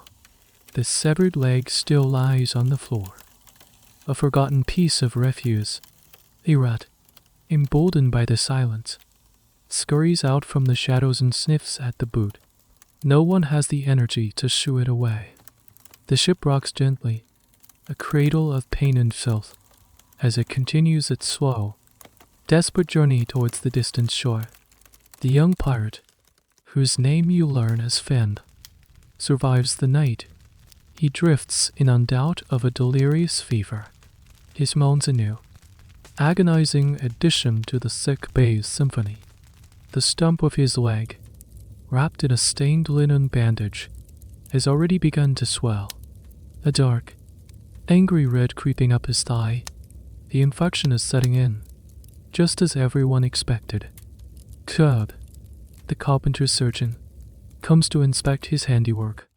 He peels back the bandage, and the stench of gangrene, a sweet, rotten smell, fills the small space. The wound is weeping a thick, yellowish pus. This is the next, and often final, stage of the medical nightmare. Cobb knows he must act, or the infection will spread throughout Finn's body, killing him for certain. His methods for dealing with this are as brutal as the amputation itself. He has the primary tools at his disposal for cleansing a putrid wound: the cauterizing iron and hot tar. He calls for a brazier of hot coals to be brought down from the galley into the glowing embers. He places a flat-headed iron poker. As it begins to heat up, two other pirates are tasked with holding Finn down again. The boy is barely conscious, but his body instinctively recoils as they grab him. He knows, on some primal level, what is coming. Cauterization was an ancient medical practice, used to stop bleeding and to purify infected wounds. The theory was that the intense heat would burn away the diseased flesh and seal the wound against further putrefaction. It was, in effect, a form of sterilization, but one achieved through the most agonizing means imaginable. You watch, morbidly fascinated, as the tip of the poker begins to glow a dull red, then a brighter cherry red. Cub, using a thick leather glove, pulls it from the coals. For a moment, the 'tween deck is illuminated by its hellish light. He hesitates for only a second, then presses the sizzling hot iron directly onto the open, weeping wound of Finn's stump. The sound is one you will never be able to scrub from your memory. It is a loud, wet sizzle, accompanied by a plume of foul-smelling smoke that tastes of burnt meat. Finn's body arches in a silent scream, a seizure of pure, unadulterated agony that is beyond human vocalization. The men holding him down wince and turn their faces away. The smell is stomach-turning. Cobb holds the iron in place for a few long seconds, his face a mask of grim concentration, before pulling it away. The surface of the wound is now a blackened, scorched, and mercifully bloodless crust. If the iron was not available or deemed insufficient, another, even messier, option was used.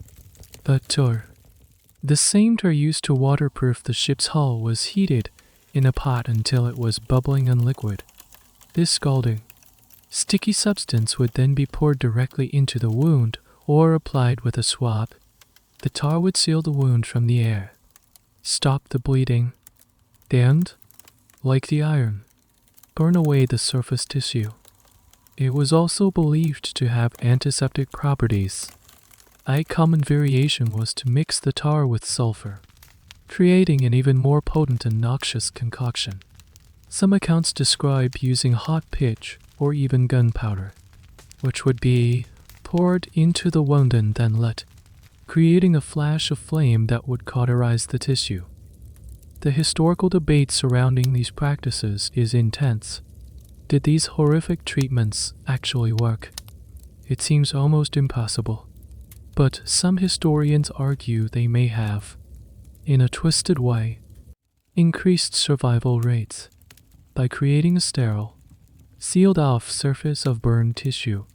Cauterization might have prevented deeper, systemic infections like sepsis from taking hold. The patient who could survive the initial shock and agony of the treatment might have a slightly better chance of avoiding a fatal infection. It is a terrifying cost-benefit analysis, where the price of survival is an experience that borders on torture. Finn has mercifully passed out again. His charred stump is a horrific sight. Cobb seems satisfied with his work. He has done what his limited knowledge told him to do. He has fought the putrefaction with fire. Now, once again, it is up to Finn's own body and sheer luck. He will either die from the shock and the underlying infection, or he will live, forever carrying the physical and mental scars of this brutal procedure. You look away, your own stomach churning with a mixture of pity and nausea. The ship, this floating container of suffering, seems to have an endless capacity for new horrors. The simple, clean death of a cannonball in battle feels like a mercy compared to the slow, agonizing, and humiliating deaths being dealt out below deck. The line between healing and torture has been completely erased. Here, they are one and the same. Your desperate voyage finally ends. The ship anchors in a secluded cove of the tropical island, a place of lush green trees, fresh water, and Most importantly, fruit. The effect of the fresh food is miraculous. Within days, the men suffering from scurvy begin to recover. Gums stop bleeding, the lethargy lifts, and even the ghostly old wounds start to close up again. The island is a taste of paradise after months in a floating hell. But this shore leave, this brief respite from the horrors of the ship, brings with it a whole new category of disease and misery. After weeks of recovery and resupply, the crew is restless. The captain decides to sail to a nearby pirate haven, a bustling, lawless port like Tortuga or the later New Providence. These places were the pirate equivalent of a holiday resort and a business conference rolled into one. Here, they could sell their plundered goods, recruit new crew members, repair their ship, and, most eagerly, spend their earnings on worldly pleasures. You step off the ship into a riot of noise, smell, then color. The port is a chaotic maze of makeshift grog shops, gambling dens, and brothels, all crammed together along a muddy, refuse-strewn street. The air is thick with the smell of cheap rum, tucking food, and unwashed bodies. A different, more festive brand of filth than the ship's, but filth all the same. For the first time in months, you have coin in your pocket and solid ground under your feet. The temptations are everywhere. Many of your crewmates, starved for companionship and pleasure after months of all-male company at sea, head straight for the taverns and the women who work in them. It is a frantic, desperate kind of celebration, and it is here, in the pursuit of this fleeting pleasure, that many pirates contract their most infamous occupational hazard, venereal disease, most notably syphilis, known as the Great Pox or the French disease. Syphilis was rampant in the 17th and 18th centuries, and port towns were epicenters of infection. The disease was terrifying in its progression. The initial stage might be just a single, painless sore, but if left untreated, it could progress to a second stage with rashes, fever, and sores all over the body. The final, tertiary stage could emerge years later, causing horrific damage to the heart, brain, and nervous system, leading to madness, paralysis, and a grotesque death. A few weeks after leaving the port, back on the monotonous blue of the ocean, the signs begin to appear. A man complains of a persistent rash. Another develops painful sores in his mouth. They know what it is, and they know what the cure entails. The standard treatment for syphilis in this era was one of the most brutal and misguided therapies ever devised. Mercury. Physicians believed that mercury, a potent erythrocyte, could fight the disease. They prescribed it in various forms. Patients might be given mercury pills to swallow, or a mercury-based ointment to rub on their skin. The most extreme form of treatment was the salivation, where a patient would be enclosed in a heated tent or chamber with mercury vapor, which they would inhale. The goal of this mercury therapy was to induce intense salivation. It was believed that the disease was expelled from the body through spit. Patients would produce pints of drool a day, their mouths filled with a metallic taste. The side effects of this cure were often worse than the disease itself. Mercury poisoning caused tremors, the hatter shakes, neurological damage, memory loss, kidney failure, and the loosening and loss of teeth. A patient's gums would turn black, and their teeth would literally fall out of their softened jawbones. They were, in effect, trading a slow-progressing disease for acute, heavy metal poisoning. You watch as Cobb, the carpenter surgeon, prepares this infamous treatment. He has a small stash of mercury ointment, a prized and dangerous part of his medical kit. He instructs a sick pirate to rub the greasy, gray salve over the sores on his body. The man, terrified of the disease's progression, complies without question. He is willingly poisoning himself in the hope of a cure. This brings up a chilling debate for historians. How aware were people of the dangers of mercury? While the full toxicology was not understood, physicians and patients were certainly aware of the immediate, horrific side effects like tooth loss and tremors. The fact that they continued to use it speaks to their utter desperation. The visible, dramatic effect of salivation was seen as proof that the treatment was working, that something was being driven from the body. It was a classic case of the cure being mistaken for the disease's expulsion. Many historians argue that more people died from mercury poisoning than would have died from untreated syphilis in that era. You look at the afflicted man, his face a grim mask of resolve. He is embarking on a long, painful journey that may end in a cure that leaves him with a ruined body and a shattered mind. It is another of the pirate's terrible gambles. The fleeting pleasure of a few nights on shore has been paid for with a currency of poison and pain. The freedom of the pirate life, it seems, came with an endless and varied list of horrifying consequences. Whether at sea or on land, suffering was inescapable. You are back at sea, and the ship has settled into its familiar, monotonous rhythm. The brief, chaotic interlude on shore is now just a memory, and the vast, empty ocean stretches out in every direction.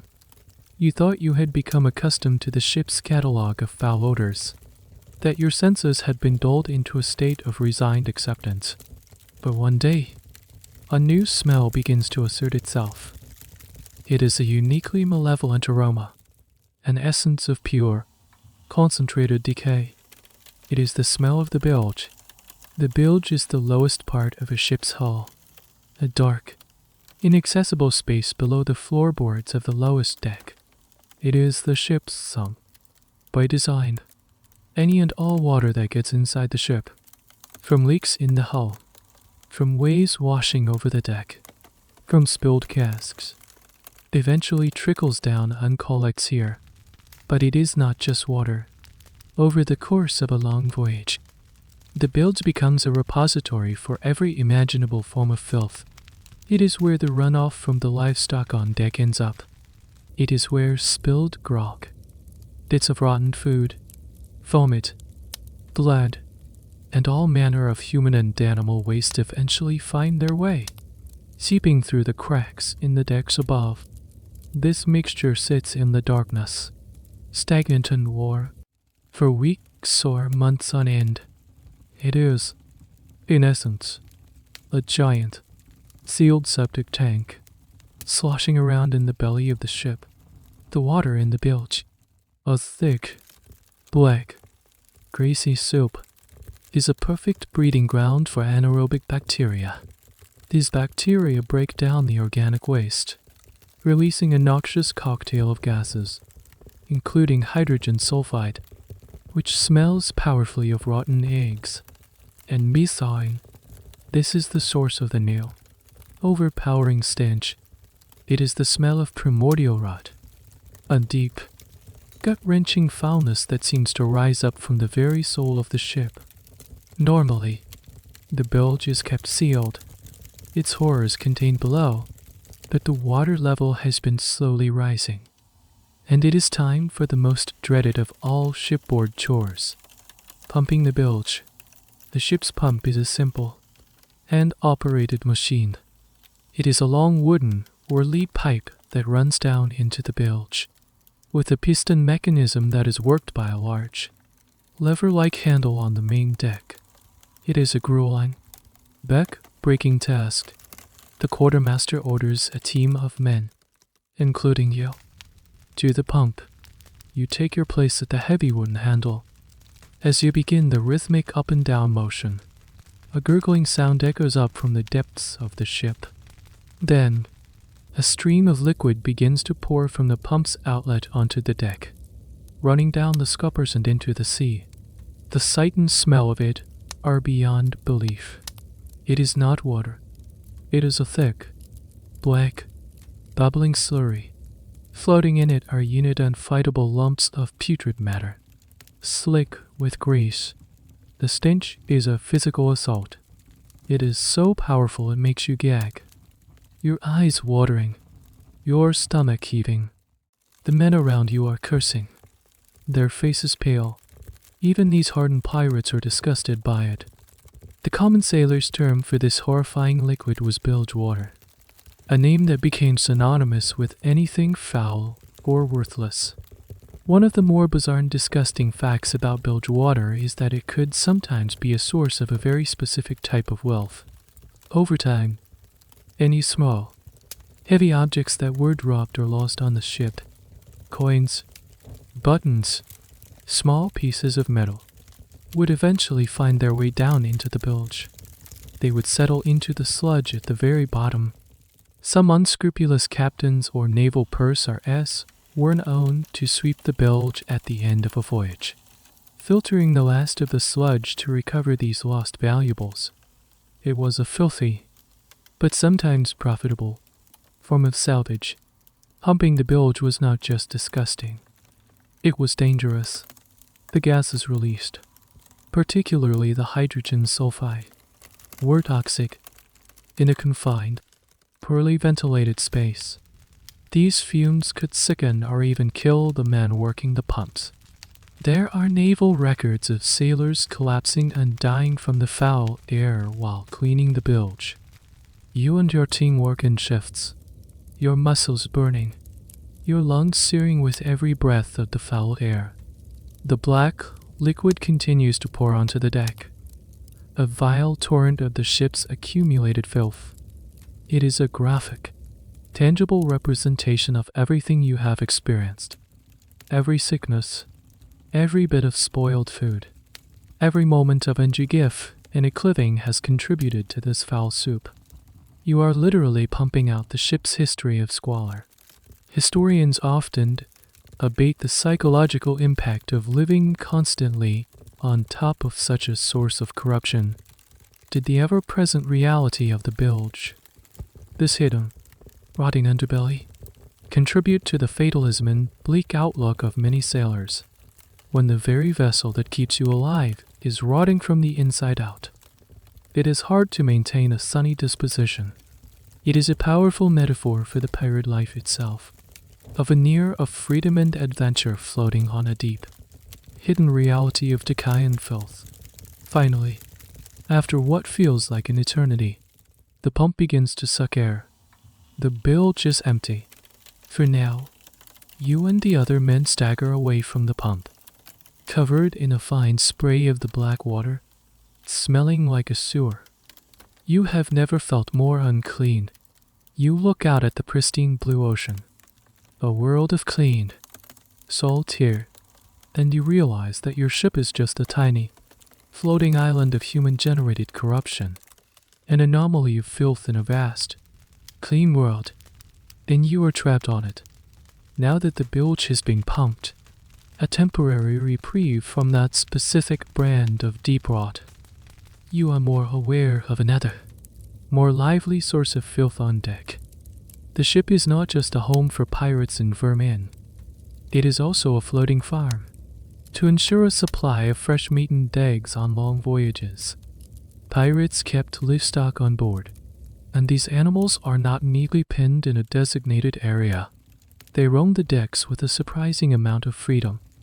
Your ship has a small flock of chickens, a couple of goats, and a large, ill-tempered pig. They have become part of the ship's chaotic ecosystem. The chickens are everywhere, pecking at anything that might be edible, from spilled crumbs of hardtack to the cockroaches that scuttle across the planks. They roost in the rigging, on top of coils of rope, and even on the gun carriages, leaving behind a constant trail of droppings. Walking the deck requires a new kind of vigilance, a constant scanning of the planks ahead to avoid stepping in something unpleasant. The goats are even more of a nuisance. They are nimble, curious, and have an insatiable appetite for anything fibrous. They chew on laundry left out to dry, on loose ends of rope, and have even been known to nibble on the corners of unattended navigational charts. One of the goats seems to have a personal vendetta against the quartermaster, frequently trying to headbutt him. Their droppings are scattered across the deck like dark, unfortunate marbles. But the true king of the onboard menagerie is the pig. It is a huge, bristly creature that spends most of its day sleeping in the sun. But when it is active, it is a force of nature. It snorts and snuffles its way around the deck, its powerful snout investigating every nook and cranny. It is, in effect, a living garbage disposal unit, consuming any and all scraps and refuse. This sounds useful in theory, but the reality is that the pig itself produces a significant amount of waste, which it deposits wherever it pleases. The area around the mainmast, its preferred napping spot, is a particularly hazardous zone. This practice of keeping free-roaming livestock was common on ships of this era. It was a practical solution to the problem of food preservation. An animal kept alive was food that would not spoil. The problem, of course, was the complete lack of sanitation. There was no stable, no bedding to be mucked out. The entire deck was the barnyard. The animal waste would mix with the seawater from crashing waves, the dirt, the tar, and everything else, creating a slick, dangerous, and profoundly unsanitary film on the walking surfaces of the ship. In a storm, this muck could make footing treacherous, turning a routine task into a life-threatening balancing act. The presence of these animals also contributed to the spread of disease. Their droppings attracted flies and other insects, and could contaminate the ship's food and water supplies. The close proximity of men and animals in a confined space is a classic recipe for zoonotic diseases to jump species. Although in this filth-ridden environment, it would be impossible to ever pinpoint the exact source of any given illness. One of the more peculiar historical questions is what happened to these animals during a battle. There are very few first-hand accounts that mention it. Were they simply left to their fate, to be killed by stray cannonballs or musket fire? Did the crew make any attempt to secure them below deck? The most likely answer, given the chaos of naval combat, is that they were left to fend for themselves. The image of a pig squealing in terror as cannonballs tear through the deck, or chickens scattering in a cloud of feathers, adds another layer of surreal chaos to the scene of a sea battle. Some historians speculate that an animal might occasionally be hit, its demise providing an unexpected, if somewhat shredded, fresh meal after the fighting was over. You learn to navigate this floating farm with a practiced eye. You know which goat is likely to try and eat your shirt. You know the pig's favorite sleeping spots. You learn to step lively and always look down. The animals are a constant, living reminder of the ship's priorities. This vessel is not designed for comfort or cleanliness. It is a machine for survival and profit. And if that means living ankle deep in farm filth, then so be it. One afternoon, you see the cook grab one of the chickens. There is a brief squawk, a flurry of feathers, and then silence. A few hours later, the stew has a slightly fresher taste. It is a starkened and sentimental circle of life. The animals are not pets. They are provisions. They are walking, defecating larder. You look at the remaining goat, chewing thoughtfully on a piece of rope. You know its days are numbered. On this ship, everything and everyone is consumable, a resource to be used up. It is a sobering thought. You scrape a bit of chicken dropping from your boot and get back to work. In the evenings, when the work is done and the rum is flowing, the men often gather to sing, tell stories, or gamble. It is in these moments of relative intimacy, by the dim glow of a swaying lantern, that you get a closer look at your crewmates. You see their weathered faces, their missing fingers, Their scars, and you notice something else, something almost universal among the older sailors. Their terrible teeth. When a pirate smiles or laughs, it is often a grim and gapy spectacle. Their mouths are a ruin of blackened stumps, missing teeth, and swollen, discolored gums. Their breath, a potent combination of bad lung, poor digestion, and oral decay, could knock a bird out of the air at 20 paces. This iconic image of the snaggle-toothed pirate is one of the few romanticized tropes that is grounded in horrifying reality. Dental hygiene, as a concept, was completely non-existent on your ship. There are no toothbrushes, no powders, no pastes. The very idea of deliberately cleaning your teeth would be seen as a bizarre and pointless vanity. The closest thing to dental care is using the point of your knife to pick a stubborn piece of salted beef from between your teeth. The pirate diet was a disaster for oral health. The hardtack, while dry, was still a carbohydrate that could feed bacteria. But the real enemy was scurvy. As you witnessed firsthand, the disease attacks the gums, causing them to swell, bleed, then recede.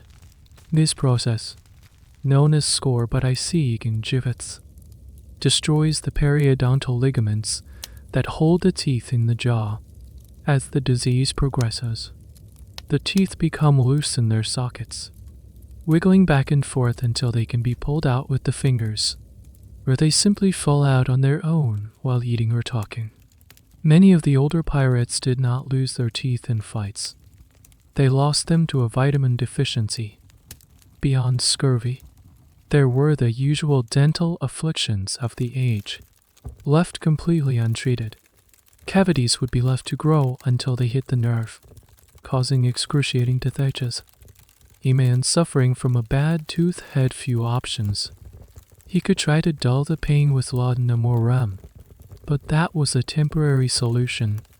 The only real cure was extraction. And who performed these extractions? Once again, the duty fell to the multi-talented carpenter-surgeon. Cub. His primary tool for this task was a terrifying-looking instrument called a tooth key. It was a metal device with a claw at the end that was designed to hook around the base of the tooth. The handle would then be twisted, like turning a key in a lock, to break the tooth free from the jawbone. It was a clumsy, brutal tool that often resulted in the tooth shattering, or a chunk of the jawbone coming away with it. The procedure was, of course, performed without any anesthetic, save for a large swig of rum for courage. The alternative to the tooth key was a simple pair of pliers from Cobb's toolbox. The results were often just as messy and painful. You see one such extraction performed on a man whose face is swollen to twice its normal size from an abscess. He sits on a sea chest, his head tilted back, while Cobb probes his mouth. The man's groans of pain are pitiable. After a few agonizing minutes of pulling and twisting, the tooth comes free with a wet crack. The man spits a mouthful of bloodened pus onto the deck, and the cook's chickens flock over to investigate. The relief on his face is immediate and profound. He has traded the chronic agony of a rotten tooth for the acute, but fading, pain of a raw, open socket. This lack of dental care had serious consequences beyond pain and tooth loss. A severe dental abscess could lead to systemic infection, or sepsis, as the bacteria from the rotting tooth entered the bloodstream. This condition, sometimes called Ludwig's angina, could cause massive swelling in the neck, blocking the airway and leading to suffocation. It is a horrifying way to die, and it all starts with a single, untreated cavity. Historians who study skeletal remains from this period can often see the evidence of this suffering etched directly into the bone. Abscesses in the jaw, massive tooth decay, and the porous, damaged bone characteristic of scurvy. You run your tongue over your own teeth. They feel solid for now, but you are acutely aware of their vulnerability. Every meal is a risk. Every piece of hardtack could be the one that cracks a molar. You think about the future, about what your own smile might look like in 10 years if you survive this life. It is a grim thought. The treasure these men seek is gold and silver, but the real, unappreciated treasure they lost long ago was a simple, healthy set of teeth. A pirate's grin was not a sign of jolly rogue or why. It was a testament to a life of pain, disease, and profound neglect. You are sitting on the deck during the night watch, under a sky so full of stars it seems unreal. The ship is quiet, save for the gentle creak of the timbers and the soft wash of the waves. Most of the crew is asleep below. In this rare moment of peace, you have time to think, to reflect on what you have become. You scratch at a louse bite on your neck, your fingers greasy with tar. You can taste the lingering metallic tang of scurvy in your mouth, a ghost that never fully leaves. You catch a whiff of your own body odor, a complex aroma of stale sweat, salt, and filth that you no longer find shocking, merely familiar. And a strange and disturbing thought occurs to you. You are getting used to this. The initial, overwhelming sensory assault of your first day on board has faded. The constant stench, the itching skin, the disgusting food, the precarious toilet. These things have transitioned from being acute horrors to being the simple, unremarkable background of your daily existence. Your brain, in a remarkable act of self-preservation, has recalibrated its definition of normal. This floating world of filth is now your reality, and you navigate it without the constant, low-level panic that marked your first few weeks. This normalization is, in some ways, more terrifying than the filth itself. What does it do to a person's mind to live in a state of perpetual, inescapable squalor? You look at the other pirates. They are not just men who are dirty. They are men for whom the very concept of clean has become abstract, a distant memory from another life. Their tolerance for disgust is astronomical. They can eat weevil-infested food without a thought, watch a gruesome amputation while calmly mending a net, and sleep soundly while being chewed on by vermin. This desensitization, this profound numbness to things that would make a normal person retch or scream, surely has a psychological cost. Does it bleed into other areas of their personality? Does living in a state of physical decay and filth make it easier to accept moral decay and filth? When your daily life is so stripped of dignity, does the value of another person's life, or even your own, diminish? You see it in the casual brutality, the quick tempers, the fatalistic attitude that pervades the crew. Life is cheap here, and perhaps that is partly because the conditions of living are so degraded. Historians and psychologists have long debated the psychological effects of extreme environments on human behavior. From prisons to polar expeditions, a pirate ship was one of the most extreme environments imaginable. There was the constant threat of violence, the rigid hierarchy, the intense social pressure, and on top of it all, this foundation of unrelenting filth. How did it shape the pirate's psyche? Was the famous pirate's swagger a form of bravado designed to mask a deep-seated misery and self-loathing? Or did they genuinely reach a state of sublime indifference? A kind of grubby enlightenment where the normal rules of human comfort and revulsion no longer applied. The lack of personal diaries or psychological records from common pirates leaves us only with speculation. Trying to read between the lines of trial records and the accounts of their horrified captives, you also notice a change in your perception of value. On land, a gold coin was an object of immense desire. Here, it still is. But other, more immediate treasures have risen in prominence. You watch as one pirate lovingly sharpens his knife, not as a weapon, but as a tool. A good knife is life. Another carefully stitches a tear in his only woolen coat. Warmth is life. You find yourself fantasizing not about chests of gold, but about a fresh apple, a clean stream of water, a bar of soap, a bed that does not sway and is not infested with lice. The fundamental building blocks of a decent life, things you once took for granted, have now become the ultimate luxury, the stuff of dreams. This shift in perspective is profound. It strips away all the artifice of civilized life and reduces existence to its most basic elements: food, water, shelter, and health. The pirates, for all their chaos and violence, are living a life of brutal, clarifying simplicity. They are not concerned with social niceties or long-term plans. They are concerned with surviving the next storm, the next battle, the next outbreak of disease. As the first hint of dawn touches the horizon, you realize you have crossed a threshold. You are no longer just a visitor here, observing this world with shock and disgust. You are a part of it. The filth is a part of you. The numbness is a part of you. You look at your grimy hands, the chipped and broken fingernails, the calluses forming on your palms. They are no longer the hands of the person you were. They are the hands of a pirate.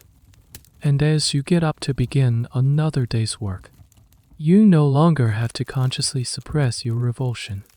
The revulsion is simply gone. The captain, a man whose moods seem to swing with the tides, wakes up one morning in a rare fit of civic-mindedness. Perhaps he has grown tired of the deck being slick with goat droppings. Or perhaps the quartermaster has complained one too many times about the state of the ship. Whatever the reason, he declares that today is a field day, a day for cleaning. A collective groan goes through the crew. A field day is a deeply unpopular event. It is a day of hard, thankless labor with no promise of plunder at the end of it. It is, in essence, a futile, temporary war against the ship's fundamental nature. But the captain's word is law. So, the work begins. The primary method for cleaning the wooden decks of a sailing ship is a process called holy stoning. It is one of the most famously grueling and hated tasks in the age of sail. The holy stones are large, flat blocks of sandstone, some weighing 50 pounds or more. Smaller, hand-sized stones, known as prayer books, are used for getting into corners and tight spaces. The name is said to have come from the fact that the sailors had to get down on their knees to do the work. As if in prayer, the process is simple and brutal. The decks are first wetted down with buckets of seawater. Then, the men get down on their hands and knees, pushing and pulling the heavy holy stones across the wooden planks. Sand is often thrown down as an additional abrasive. The goal is to use the friction of the stone and sand to scrub away the top layer of wood, removing the ingrained dirt, tar, and grease, and revealing a fresh, clean layer of wood beneath. It is back-breaking, mind-numbing work. You are on your knees for hours, your muscles screaming in protest. Your knuckles scrape raw from the rough planks. The seawaterants then create a gritty, abrasive paste that gets everywhere. Into your clothes, your hair, and your eyes. The sun beats down on your back. It is a form of physical penance, a slow, agonizing process of scouring away the ship's sins. As you scrub, you uncover layers of the ship's history. You scrub away the dark, greasy stains from the galley fire, the faint, reddish-brown patches from old bloodstains, and the ubiquitous black smears of tar. For a few brief moments, a patch of deck might look almost new. The pale, clean with a startling contrast to the surrounding grime. But it is an illusion. The dirt is not just on the surface.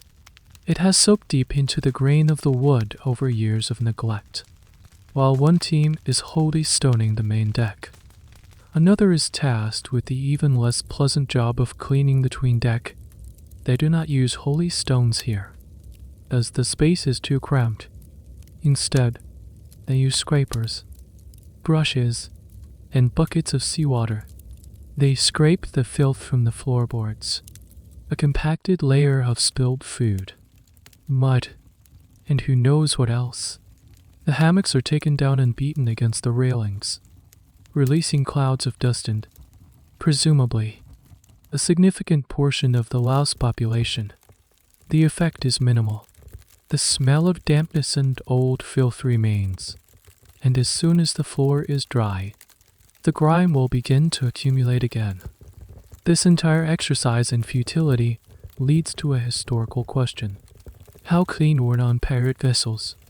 Royal Navy ships, for example, had a much stricter discipline.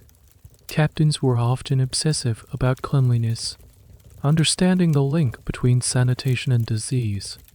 Their field days were regular, thorough, and enforced with the lash. They would use vinegar to wash the decks and even fumigate the lower decks with burning sulfur to kill vermin. So, was the extreme filth of your ship a uniquely pirate phenomenon? A reflection of their lawless and undisciplined nature? Or were they simply on the messier end of a spectrum where all ships were, by modern standards, incredibly dirty? The consensus among historians is that while all ships were filthy, pirate vessels, lacking the rigid discipline and resources of a navy, took the squalor to a whole new level. After hours of labor, the work is done. You stand up, your knees and back aching, and survey the results. The deck does look better. It is a lighter shade of gray, and the most offensive stains are gone. The air even smells slightly cleaner. The fresh, scrubbed wooden seawater temporarily overpowering the usual stenches. There is a brief, fleeting sense of accomplishment, but it does not last. That evening, the cook slops grease on the deck while serving the stew. Ego leaves a fresh trail of pellets near the mast. A man spits a wad of chewing tobacco onto the freshly scrubbed planks. And by the next morning, the deck has already started to revert to its natural state. The clean, pale wood is already fading back to a dirty gray. The war on filth was not a single battle, but a constant, losing struggle. Today was just a minor, temporary victory. The dirt, the grime, and the stench are the true and eternal captains of this vessel. They were here before you, and they will be here long after you are gone.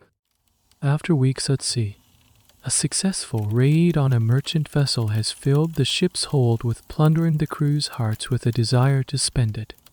The cry of land ho goes up, but this time it is not an uncharted island of salvation.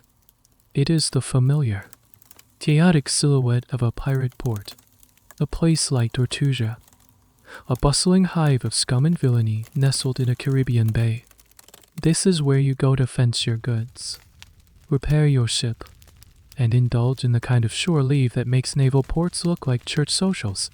You imagine a respite from the filth, a chance to sleep in a real bed, to eat a meal that was not cooked in a cauldron. You are about to be sorely disappointed. Stepping ashore is like stepping from one kind of squalor into another. The port is a testament to what happens when you cram hundreds of people with no regard for sanitation or civic planning onto a small strip of land.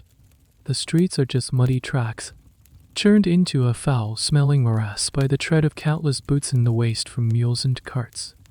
The air, what you hoped would be free of the ship's unique stench, is instead a thick, soupy mixture of wood smoke, cheap rum, unwashed bodies, rotting garbage, and the effluent from open sewers that run down the middle of the lanes.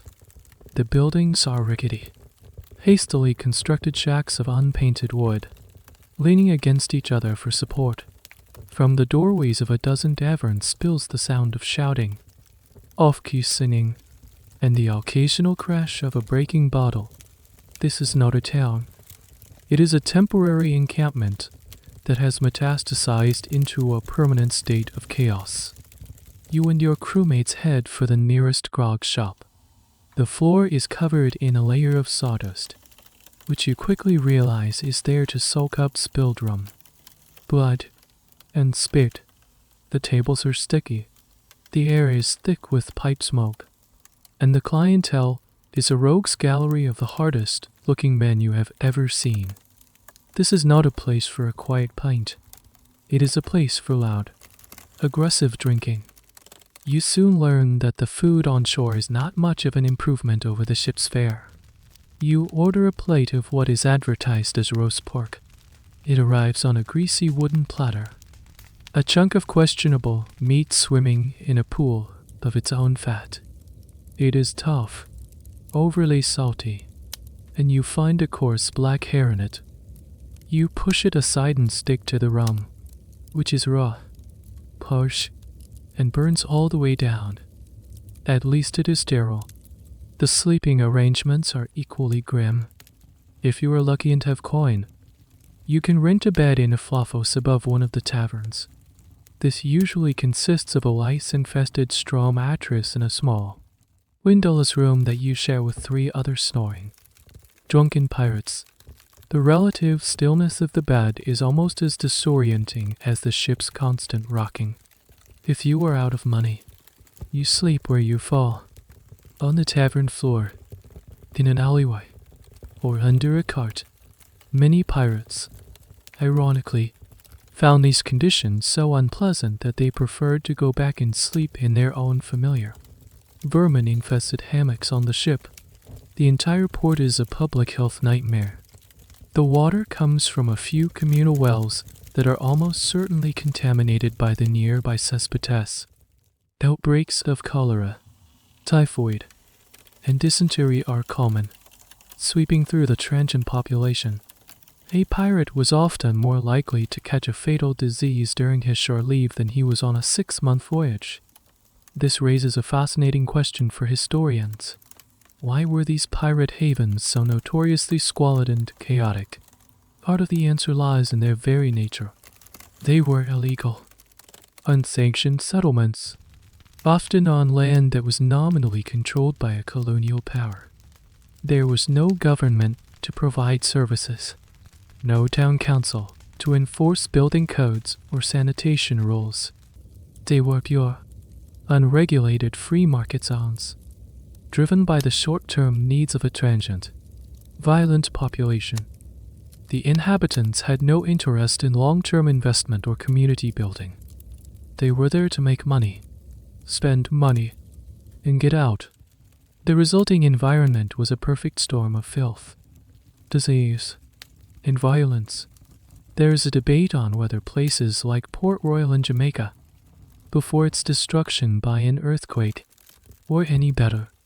While they were official English colonies, the pirate-dominated sections were likely just as bad as the purely pirate-run havens. You spend a few days in this terrestrial hell's cape. You drink too much, lose some coin in a card game, and witness to knife fights. You see men passed out in the mud, their pockets picked clean. The initial thrill of being on land has completely worn off, replaced by a weary disgust. This is not freedom. It is just a different kind of prison, one with more rum, but just as much filth. On the 3rd day, you find yourself walking back towards the docks, towards your ship. From a distance, it looks almost peaceful, its masts outlined against the blue sky. You can smell its familiar, foul odor on the sea breeze, and in a moment of profound psychological confusion, you realize the smell is almost comforting. It is the smell of your home. You have escaped the chaos of the land for the familiar, ordered squalor of the sea. It is a deeply troubling realization. You have become so accustomed to one kind of filth that another, even one that is objectively similar, feels alien and threatening. You climb the rope ladder and step back onto the deck. It is grimy. It is smelly. It is full of vermin. But it is yours. Back on the familiar, rolling deck of your ship. A strange sense of clarity settles over you. The chaotic, filthy interlude at the pirate port has served as a point of contrast. A way to reevaluate the world you inhabit. You had thought of shore leave as the prize, the goal of all your hard work. But the reality of it, the meaningless violence, the squalid lodgings, the sheer, pointless misery of it all, has left you feeling empty. It was just a different flavor of desperation. You are on watch, scanning the horizon. The sun is setting, painting the sky in brilliant strokes of orange purple. The sea is calm. In this moment of tranquility, you begin to take stock of your life, not in terms of gold or silver, but in the new currency of value that you have unwillingly learned to trade in. A few days ago, on the island, the captain allowed every man to pick and eat his fill of the small, sour citrus fruits that grew there. You remember the sharp, explosive taste of the first one you ate. The acidity was so intense, it made your eyes water. But it was the most incredible flavor you had ever experienced. It was the taste of life itself, a direct antidote to the months of decay and disease. You saw men sitting on the beach, tears streaming down their faces as they devoured fruit after fruit. That taste, you realize, was worth more than any gold coin you have ever held. Then you think of water. You remember the first stream you found on that island, the water running cool and clear over smooth stones. You plunged your face into it, drinking until your stomach ached. It had no taste. It was pure, clean, and perfect. It washed the salt and grime from your skin and the foulness from your mouth. Compared to the slimy, green, stagnant liquid you drank from the ship's scuttlebutt for months, that clean water was a treasure beyond measure. You would have fought and died for a cup of it just a few weeks earlier. And what about something as simple as a bar of soap? You did not find any on the island, but you saw some for sale in the port, at an exorbitant price. You could not afford it, but you watched a wealthy merchant captain buy a small, light-scented cake of it. The man held it to his nose, inhaling its clean, chemical scent as if it were the finest perfume in your world. The ability to truly wash away the filth, to remove the layers of grease and grime, to feel your skin clean and fresh. That is a form of wealth that no plunder can match. It is the wealth of dignity. This is the great, unspoken truth of your existence. The life of a pirate is a relentless pursuit of treasure, but the men who live it are deprived of the most fundamental treasures of all. They are surrounded by a world of incredible natural beauty. The starry nights, the dolphins playing in the bow wave, the stunning sunsets, but they are trapped in a bubble of man-made squalor that makes it almost impossible to appreciate it. Historians often focus on the economics of piracy, the value of plundered cargo, the distribution of shares, the financial incentives that drove men to this life. But there is a growing interest in what could be called the sensory history of piracy. What did it feel like? What did it smell like? What did it taste like? By exploring these questions, a different picture emerges. The pirate is not just an economic actor, but a human being subjected to extreme sensory deprivation and overload, deprived of cleanliness, freshness, and comfort, and overloaded with stench, pain, and filth. The historical debate then shifts from why did they do it for the money, to what must the money have meant to them. if they were willing to endure this to get it. Was the gold a means to buy their way out of the filth? Or did the filth devalue everything, including the gold itself? You look at your crewmates. They are tough, violent, and often cruel men. But you now see them in a different light. You see the desperation that drives them. Their frantic spending on shore is not just celebration. It is a desperate attempt to feel something, anything, other than the grinding misery of their daily lives. They are trying to buy brief, intense moments of pleasure to offset a lifetime of discomfort. The real treasure, you realize, is not in the ship's hold. It is not the bolt of silk, the barrels of brandy, or the chest of silver coins. The real treasure is a ripe orange. It is a drink of clean water. It is a night of sleep uninterrupted by vermin. It is the health of your own body. These are the riches you have lost. And you know, with a sudden, sinking certainty, that no amount of plundered gold will ever be enough to buy them back. The sun dips below the horizon, and the watch changes. Another night in your floating prison begins. The initial excitement of your last raid has faded. The plunder drum has been drunk, and the ship has once again become a quiet, monotonous world of its own. The endless cycle of work, filth, and boredom reasserts itself. In these long, quiet hours, a question begins to gnaw at you. A question that the glamour of adventure and the promise of gold had previously silenced. Why? Why would anyone choose this life? You look around at the men you sail with. What drove them here? The romantic stories tell of a thirst for freedom, a rebellion against the tyranny of kings and the oppressive conditions of the merchant navy or the Royal Navy. And there is some truth to that. Life as an ordinary sailor on a naval or merchant vessel was brutal. The pay was abysmal and often stolen by corrupt officers. The discipline was enforced with the cat-o'-nine tails, and the food and conditions were often just as bad, if not worse, than on your pirate ship.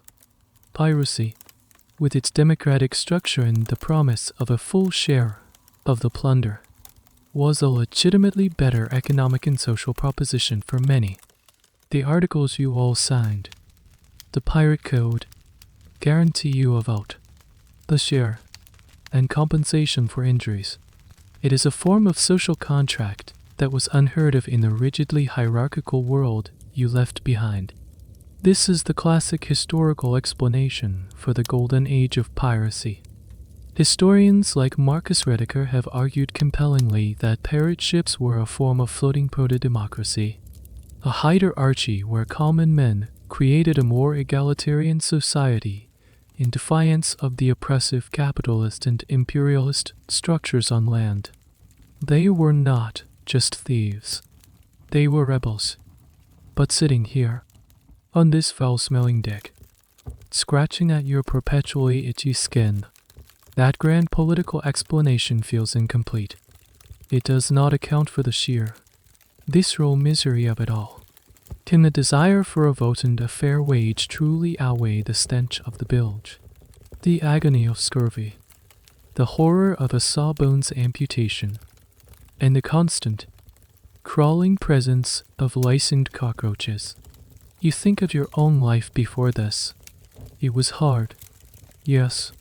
You were poor, overworked, and had no prospects, but you slept in a bed that did not move. You ate food that was not actively trying to crawl away. You could wash your face in a basin of water without thinking about its value. You had exchanged one form of misery for another, but this new form feels somehow more profound, more absolute. You have traded the misery of poverty for the misery of filth. So there must be something more. Perhaps it is not a rational choice at all. You look at some of the younger recruits, their eyes still wide with the thrill of it. For them, it is about the adventure, the myth. They grew up on stories of legendary pirates, and they want to be a part of that story. They have not yet learned that the reality of the story involves dysentery and weevils. For others, you suspect there was no choice at all. They were shipwrecked sailors, escaped indentured servants, or men who were simply in the wrong place at the wrong time when their ship was captured. They were given a choice. Join us or die. It is a choice, but not a free one. How many of your crewmates are here not out of a desire for freedom, but because it was the only way to survive? Then there are the ones who seem truly broken, the ones for whom the violence and chaos are not a means to an end, but the end itself. Men who were so damaged by their past lives, by war, by prison, by the brutal discipline of the Navy, that they can only function in an environment of chaos. They are not seeking freedom. They are seeking a place where their own inner turmoil is matched by the world around them. For them, the filth and brutality of the ship are not a bug. They are a feature. This is the ongoing, complex debate among those who study piracy. Was it a political rebellion, an economic calculation, a psychological pathology, or simply a series of bad choices and desperate circumstances? The answer is likely all of the above. A pirate crew was not a monolith. It was a motley collection of individuals, each with his own story, his own motivations, his own level of desperation. You try to find your own reason in this mess. Did you come for freedom? For gold? To escape a dead end life? The answers seem hollow now. The freedom you have is the freedom to be filthy, to be sick, to die 1,000 miles from anyone who ever cared about you. The gold you might gain seems a poor compensation for the health and dignity you have lost. You look at the flag flying from the masthead, this skull and crossbones. It is supposed to be a symbol of your freedom, of your defiance. But tonight, it looks different. It looks like a simple, honest statement of fact. It is a promise of death. It warns your victims of the death you will bring. But it is also a reminder of the many forms of death that await you on this ship. It is the most honest thing about this whole damned life. You have paid for your freedom with everything that makes a life worth living, and you are left with only the stench, the sea, and the constant, looming presence of the skull. Years have passed, or maybe it has only been months. Time has become a fluid, hazy concept, measured not in days or weeks, but in storms weathered, reeds survived, and fevers broken. You are no longer the person who first stepped aboard this vessel. That person is a ghost, a faint memory from a different world. You are a creature of this ship now, shaped and weathered by it, just like the salt-bleached wood of its hull. You look at your reflection in the blade of your knife. The face that stares back is a stranger's. It is the face of a pirate. The skin is tanned to the color of old leather, mapped with lines etched by the sun and the sea. There is a scar above your eye from a splinter during a storm. Your hair is long, matted, and bleached in streaks by the sun. And when you pull back your lips, your smile is a gap py, discolored ruin, a testament to years of scurvy and neglect. You have become one of them. The horrors that once shocked you are now just yours. Pumping the bilge is a back-breaking task, but the smell no longer makes you gag. Finding weevils in your hardtack is normal. Finding none is a pleasant surprise. The rats, the lice, the cockroaches, they are just the ship's other silent crew. You have learned to live with them, to share your space and your food. The constant itching is a familiar sensation, a reminder that you are still alive. You carry the history of your journey on and in your body. There is the dull ache in your knee from a badly healed fracture. There is the ghost of pain in your gums on damp nights. There are the faint, discolored patches on your skin where old wounds from battles and accidents have healed poorly. The collagen in your body still not quite right. These are your souvenirs, the permanent record of your survival. The greatest enemy was never the Royal Navy frigates that hunted you, nor the merchant crews who fought back. It was not the storms that threatened to tear the ship apart, or the sharks that circled below. The greatest enemy was always the ship itself. It was the microscopic world that thrived in its filth, the bacteria in the water, the viruses carried by lice, the simple, devastating absence of a vitamin in the food. You have been in a constant and declared war with your own environment, a war that has claimed far more of your shipmates than any cannonball. You remember the faces of the men who have died, men lost to the bloody flux, their bodies wasted away, men who raved with fever until their hearts gave out, men whose bodies slowly disintegrated from scurvy, their old wounds weeping, men who succumbed to the brutal mercy of the carpenters saw in the hot iron that followed. Their deaths were not glorious. They were slow, painful, and deeply undignified. They were buried at sea with a brief prayer, their hammocks sewn up around them with a cannonball at their feet to weigh them down. A brief splash, and they were gone, their suffering erased by the waves.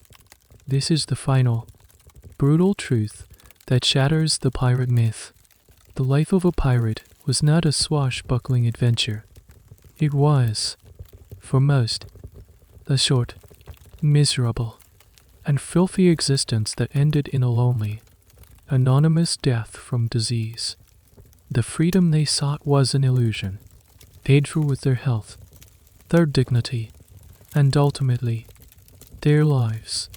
The historical debate over their motives, whether they were rebels, entrepreneurs, or sociopaths, seems almost academic in the face of this overwhelming reality. Whatever their reasons for joining, their final destination was almost always the same: a slow decay in a floating petri dish.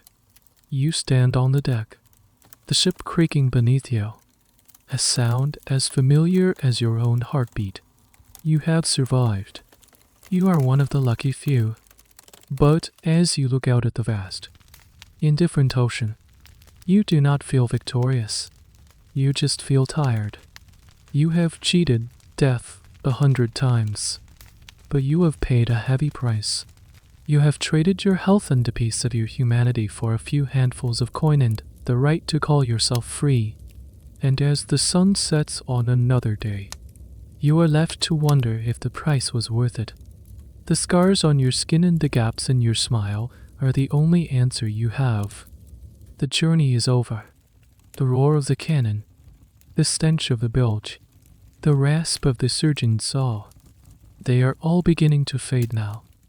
Like a half-remembered dream, the rocking of the ship softens, becoming a gentle, lulling sway. You can feel the weight of your own body, safe and still in your bed.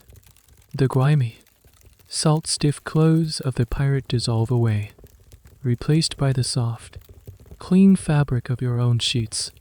The aches and pains of that hard life recede, leaving only a deepened, profound stillness.